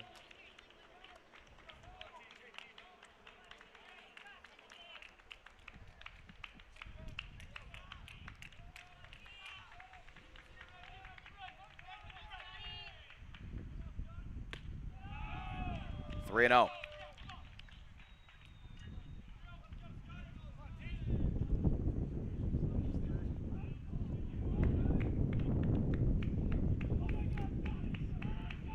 To Lynch. Laguerre misses outside.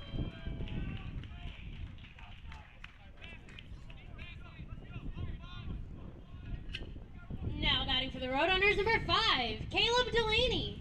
Caleb Delaney, the batter. A walk and a hit by pitch in the same inning to Lynch.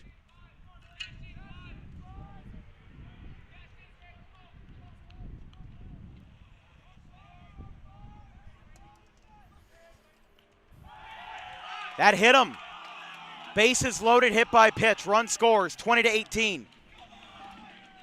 7 runs, and Johnny Johnson coming out. And Laguerre, after throwing 97 pitches yesterday, I mean, this is unbelievable. How many pitchers has Brookdale thrown? 7? 8? 20? I don't know. The pitcher is number 25, Matt Desidero, who also pitched in yesterday's action. We'll be right back. Pitching for Brookdale, number 25, Matt Desiderio.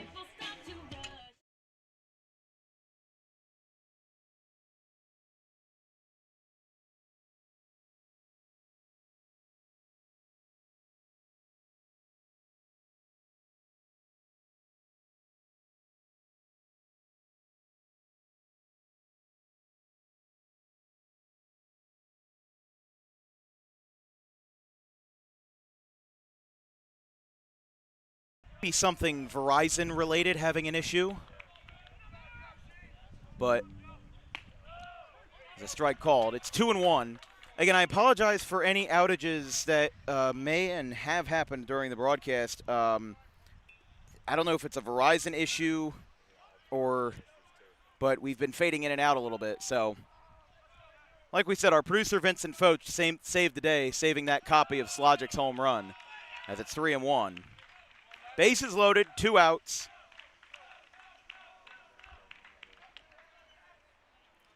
In one of the wildest baseball games, and I don't think I'm making a bold claim by saying this is one of the wildest baseball games to ever be played on any diamond ever, as the 3-1. Remember that the largest comeback in Major League Baseball history was 12 runs by the 2001 Cleveland Indians over the Seattle Mariners and the 1911 Chicago White Sox over the Detroit Tigers. But in both examples, the teams that came back had many innings to do so. In this, Roadrunners had 5, and 19 of their 20 runs came in the latter half. That's ball 4.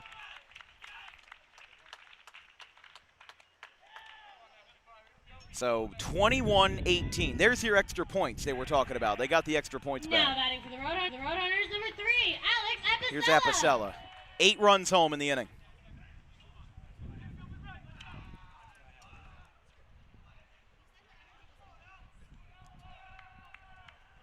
Mayer with the bases loaded walk. He's now driven in 5 runs in the game. The batter is Apicella. That one's high.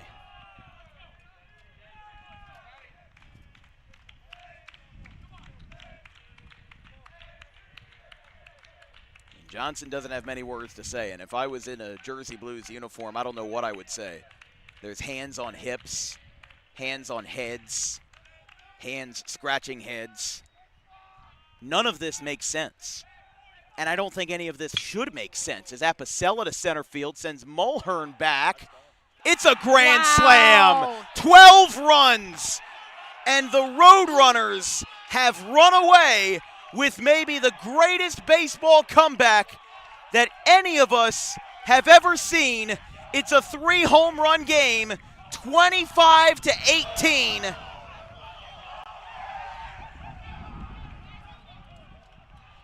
Unbelievable.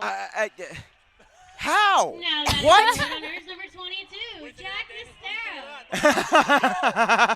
25-18, 12-run inning. And You heard it here, folks. yeah, I mean, I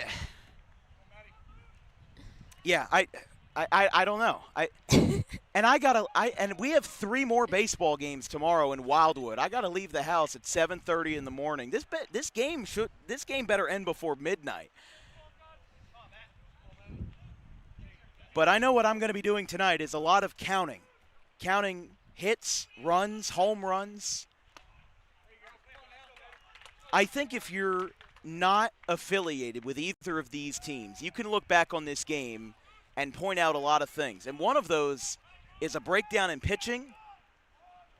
And I don't even know, as that one's fouled back, as it's 1-2, I don't even know if you could say that Brookdale let their guard down. Because if I'm being honest, I don't think Brookdale let their guard down. They didn't. I mean, if you watch their pitching, their defense never let up. They never jogged on a play. They never jogged on a fly ball. They played at 110% even while their team was collapsing in front of their eyes, as that's a base hit in the left field.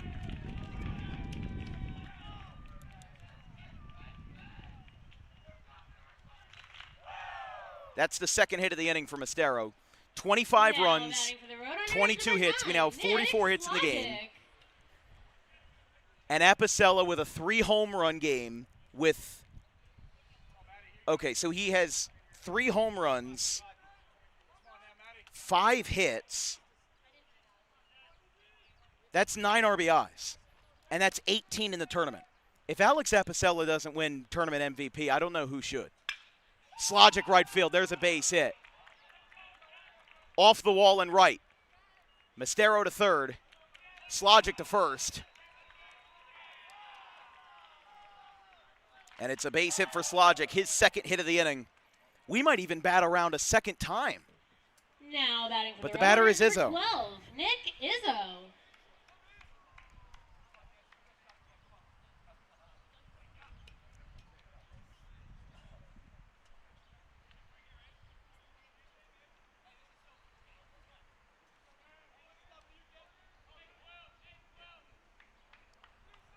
And this is all with 2 outs. As Izzo, runner goes, swing and a miss. And he's now trapped. Oh, they're going to go for first and third. They're going to tag him out, and the run will not count. So the inning is over, but we might have hours of replays to look for. Johnny Johnson will talk to Brookdale, but after a game where they led by 16 runs, entering the final inning of what could be the final inning of their season, they're now losing and trailing by 7 runs. You can't make this stuff up. Even Hollywood can't make this stuff up. Going to the 9th. Douglas King in. It's 25-18.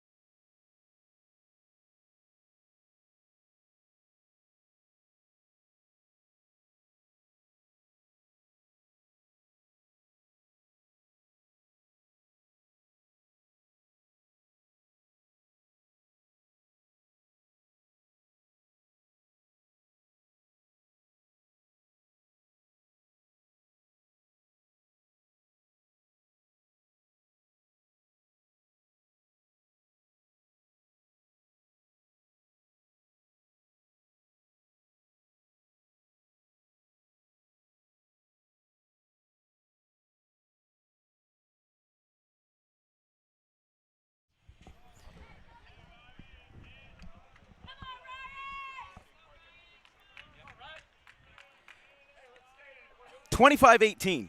Doug King, the new pitcher. He pitched pitched on Thursday versus Camden. And the ball's outside to Adams. It's 6, 7, and 8. Adams, and then Diffley and Gardner.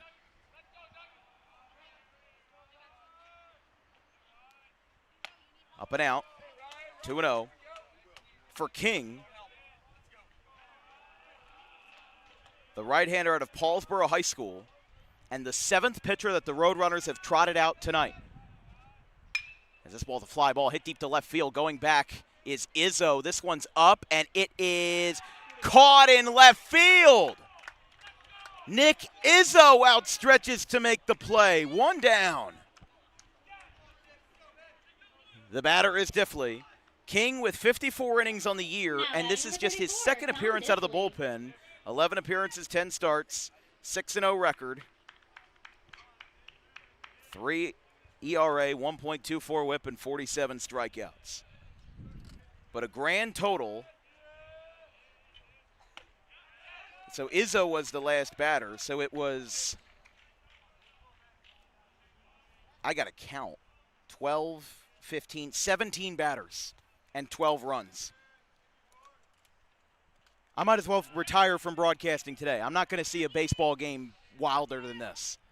I mean, what's the equivalent of this? Coming down from 40 in football?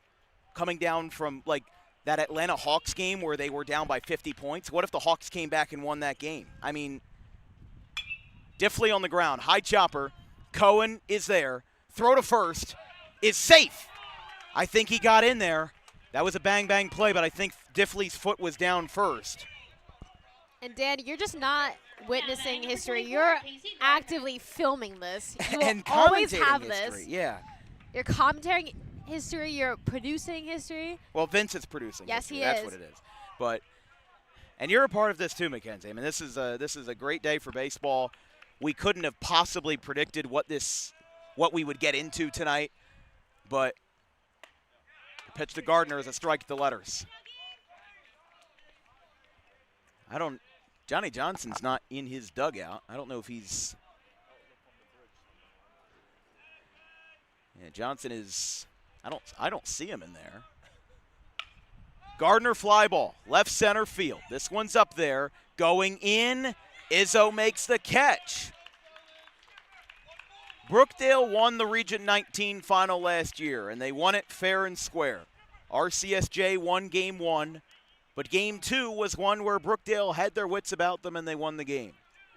But nobody could have predicted what would happen today. And if you did, then I would gladly like your lottery tickets for tonight, please, and the next about 30 days.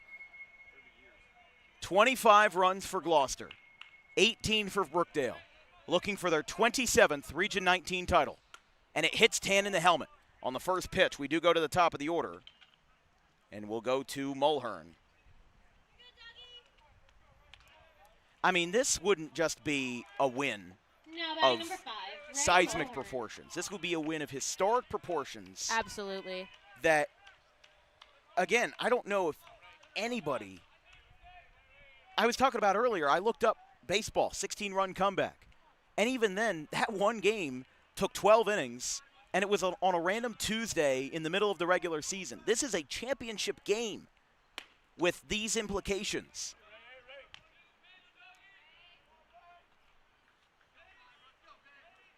And if the Roadrunners can pull this off, goodness knows how many Gatorade showers are going to commence. The 1-0. Mulhern takes a strike. There might be so many Gatorade showers, we might go into a drought. 25-18, 7-run lead. Now, of course, the final out of the game still has to happen. And if the craziest time called, King was set early before Mulhern was set. Called back to what we saw earlier in the game with a pitch clock violation on Mulhern. It's the 1-1.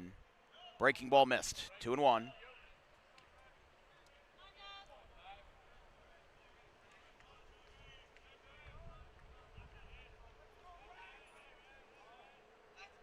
Two balls, one strike, 2 outs.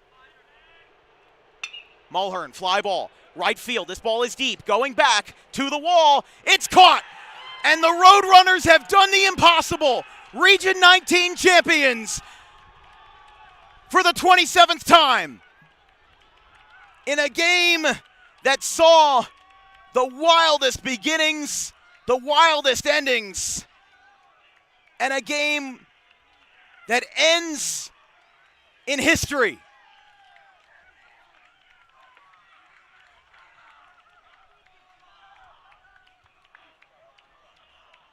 A 12-run eighth inning and a 16-run comeback.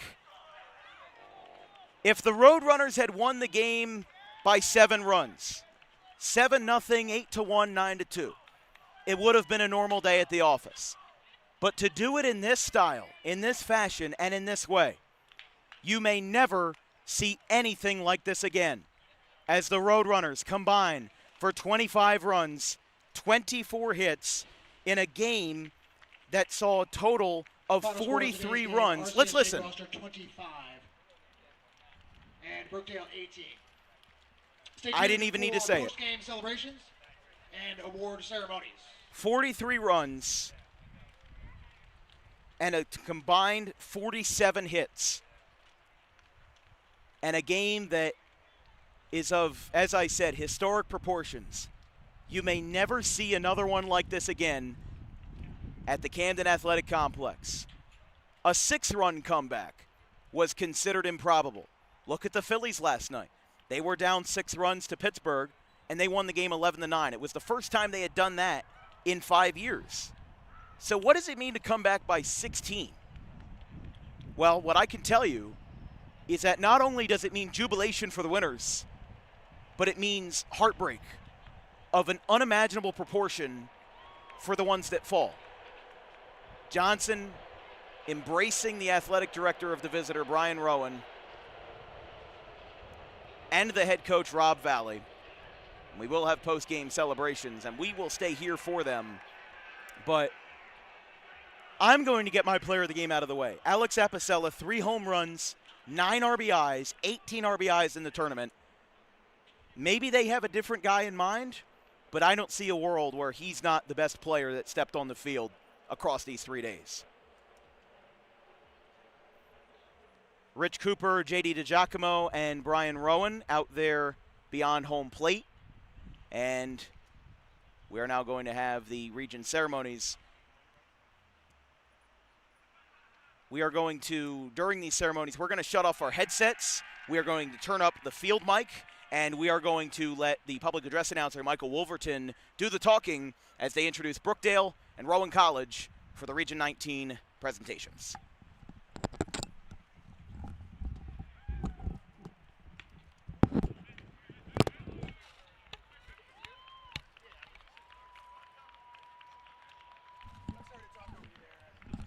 No, I wanted you to, because I wanted somebody else to say the final score other than me, so I knew I wasn't crazy.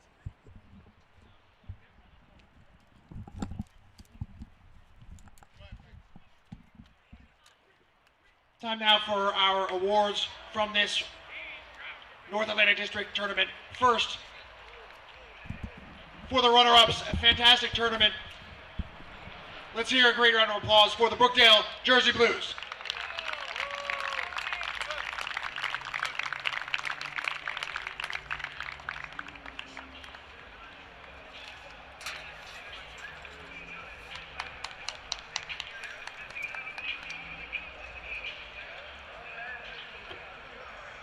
Congratulations, Brookdale, on your season.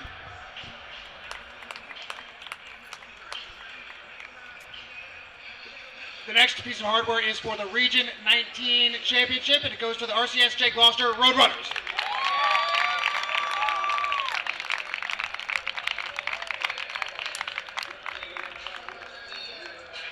And it's not the same. We've got the North Atlantic District Championship. This goes to RCSJ-Gloucester.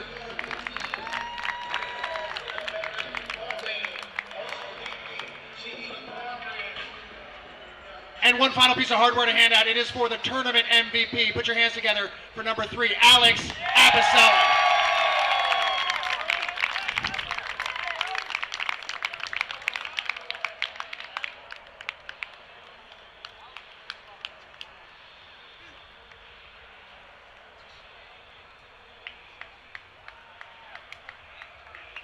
Thank you, everybody, for attending the tournament. Congratulations to both teams. Best of luck going forward.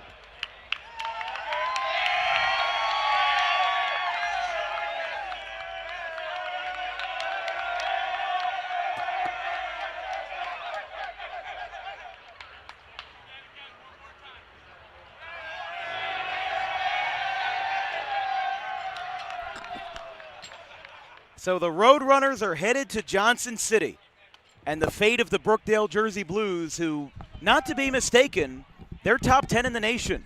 They may have a seat at the table, but they will have to wait until the selection show to find out if they, too, will go to the national tournament. That'll be all for us tonight. Thank you to everybody who tuned in. We accrued over 6,000 views on YouTube for this tournament across 7 games. I cannot be more grateful to the staff at Rowan College and at Rutgers Camden. First of all, to Brian Rowan for having us out this weekend. We had this tournament on our calendar since February or March, and we knew this was going to be a special one, but we didn't know it was going to be like this. Obviously, you can't predict baseball, and now that I've seen this game, I don't think I can predict anything. But Brian Rowan, the public address announcer, Mike Wolverton, and Maria Kirby, Rich Cooper, the assistant athletic director. There's a lot of things going on, obviously, and this is a great tournament, and whether or not somebody's asking for our picture. We got to look presentable. Thank you, man. Thank you. Somebody came up and wanted to take our picture. There we go. I'm not very photogenic. That's why I'm behind the camera. So, no, but this was a great tournament, and, I wouldn't change anything. I think that this is, an even better tournament than last year, and this continues to get more and more prestige and more people enjoying it. Like I said, I think we had about 2,000 or 3,000 total views, maybe 4 for the tournament, and I don't even know what our viewership was at for today. I'll actually take a look at it. So grand total, wow, almost 3,000 views for the game. I mean, seriously. I mean, amazing. Listen, I mean that is not a testament to me at all. That is a testament to the folks that tune in and make our contributions and make this possible on Dan Wilkins Broadcasting. So, it's not about me. It's about the players on the field, and we are an accompaniment to the players on the field, and we do the best we can to provide top-of-the-line service for any level, whether it's youth, high school, or college. And what I'll tell you is that I call the same games the same way, whether they're 12-year-olds on the field or whether they're 30-year-olds on the field, or even if they're, Division I athletes. I call the game the same way. So, just wanted to say thank you to everybody, because this was a long, grueling 3 days. We had our ups, we had our downs, we had a couple internet glitches during the tournament, and I obviously regret that, but a lot of it's out of our control, and obviously there's so many things that go on during these broadcasts. First of all, to have 2 people working with us today that both walked at their commencement yesterday, Mackenzie Cochran from Montclair State, and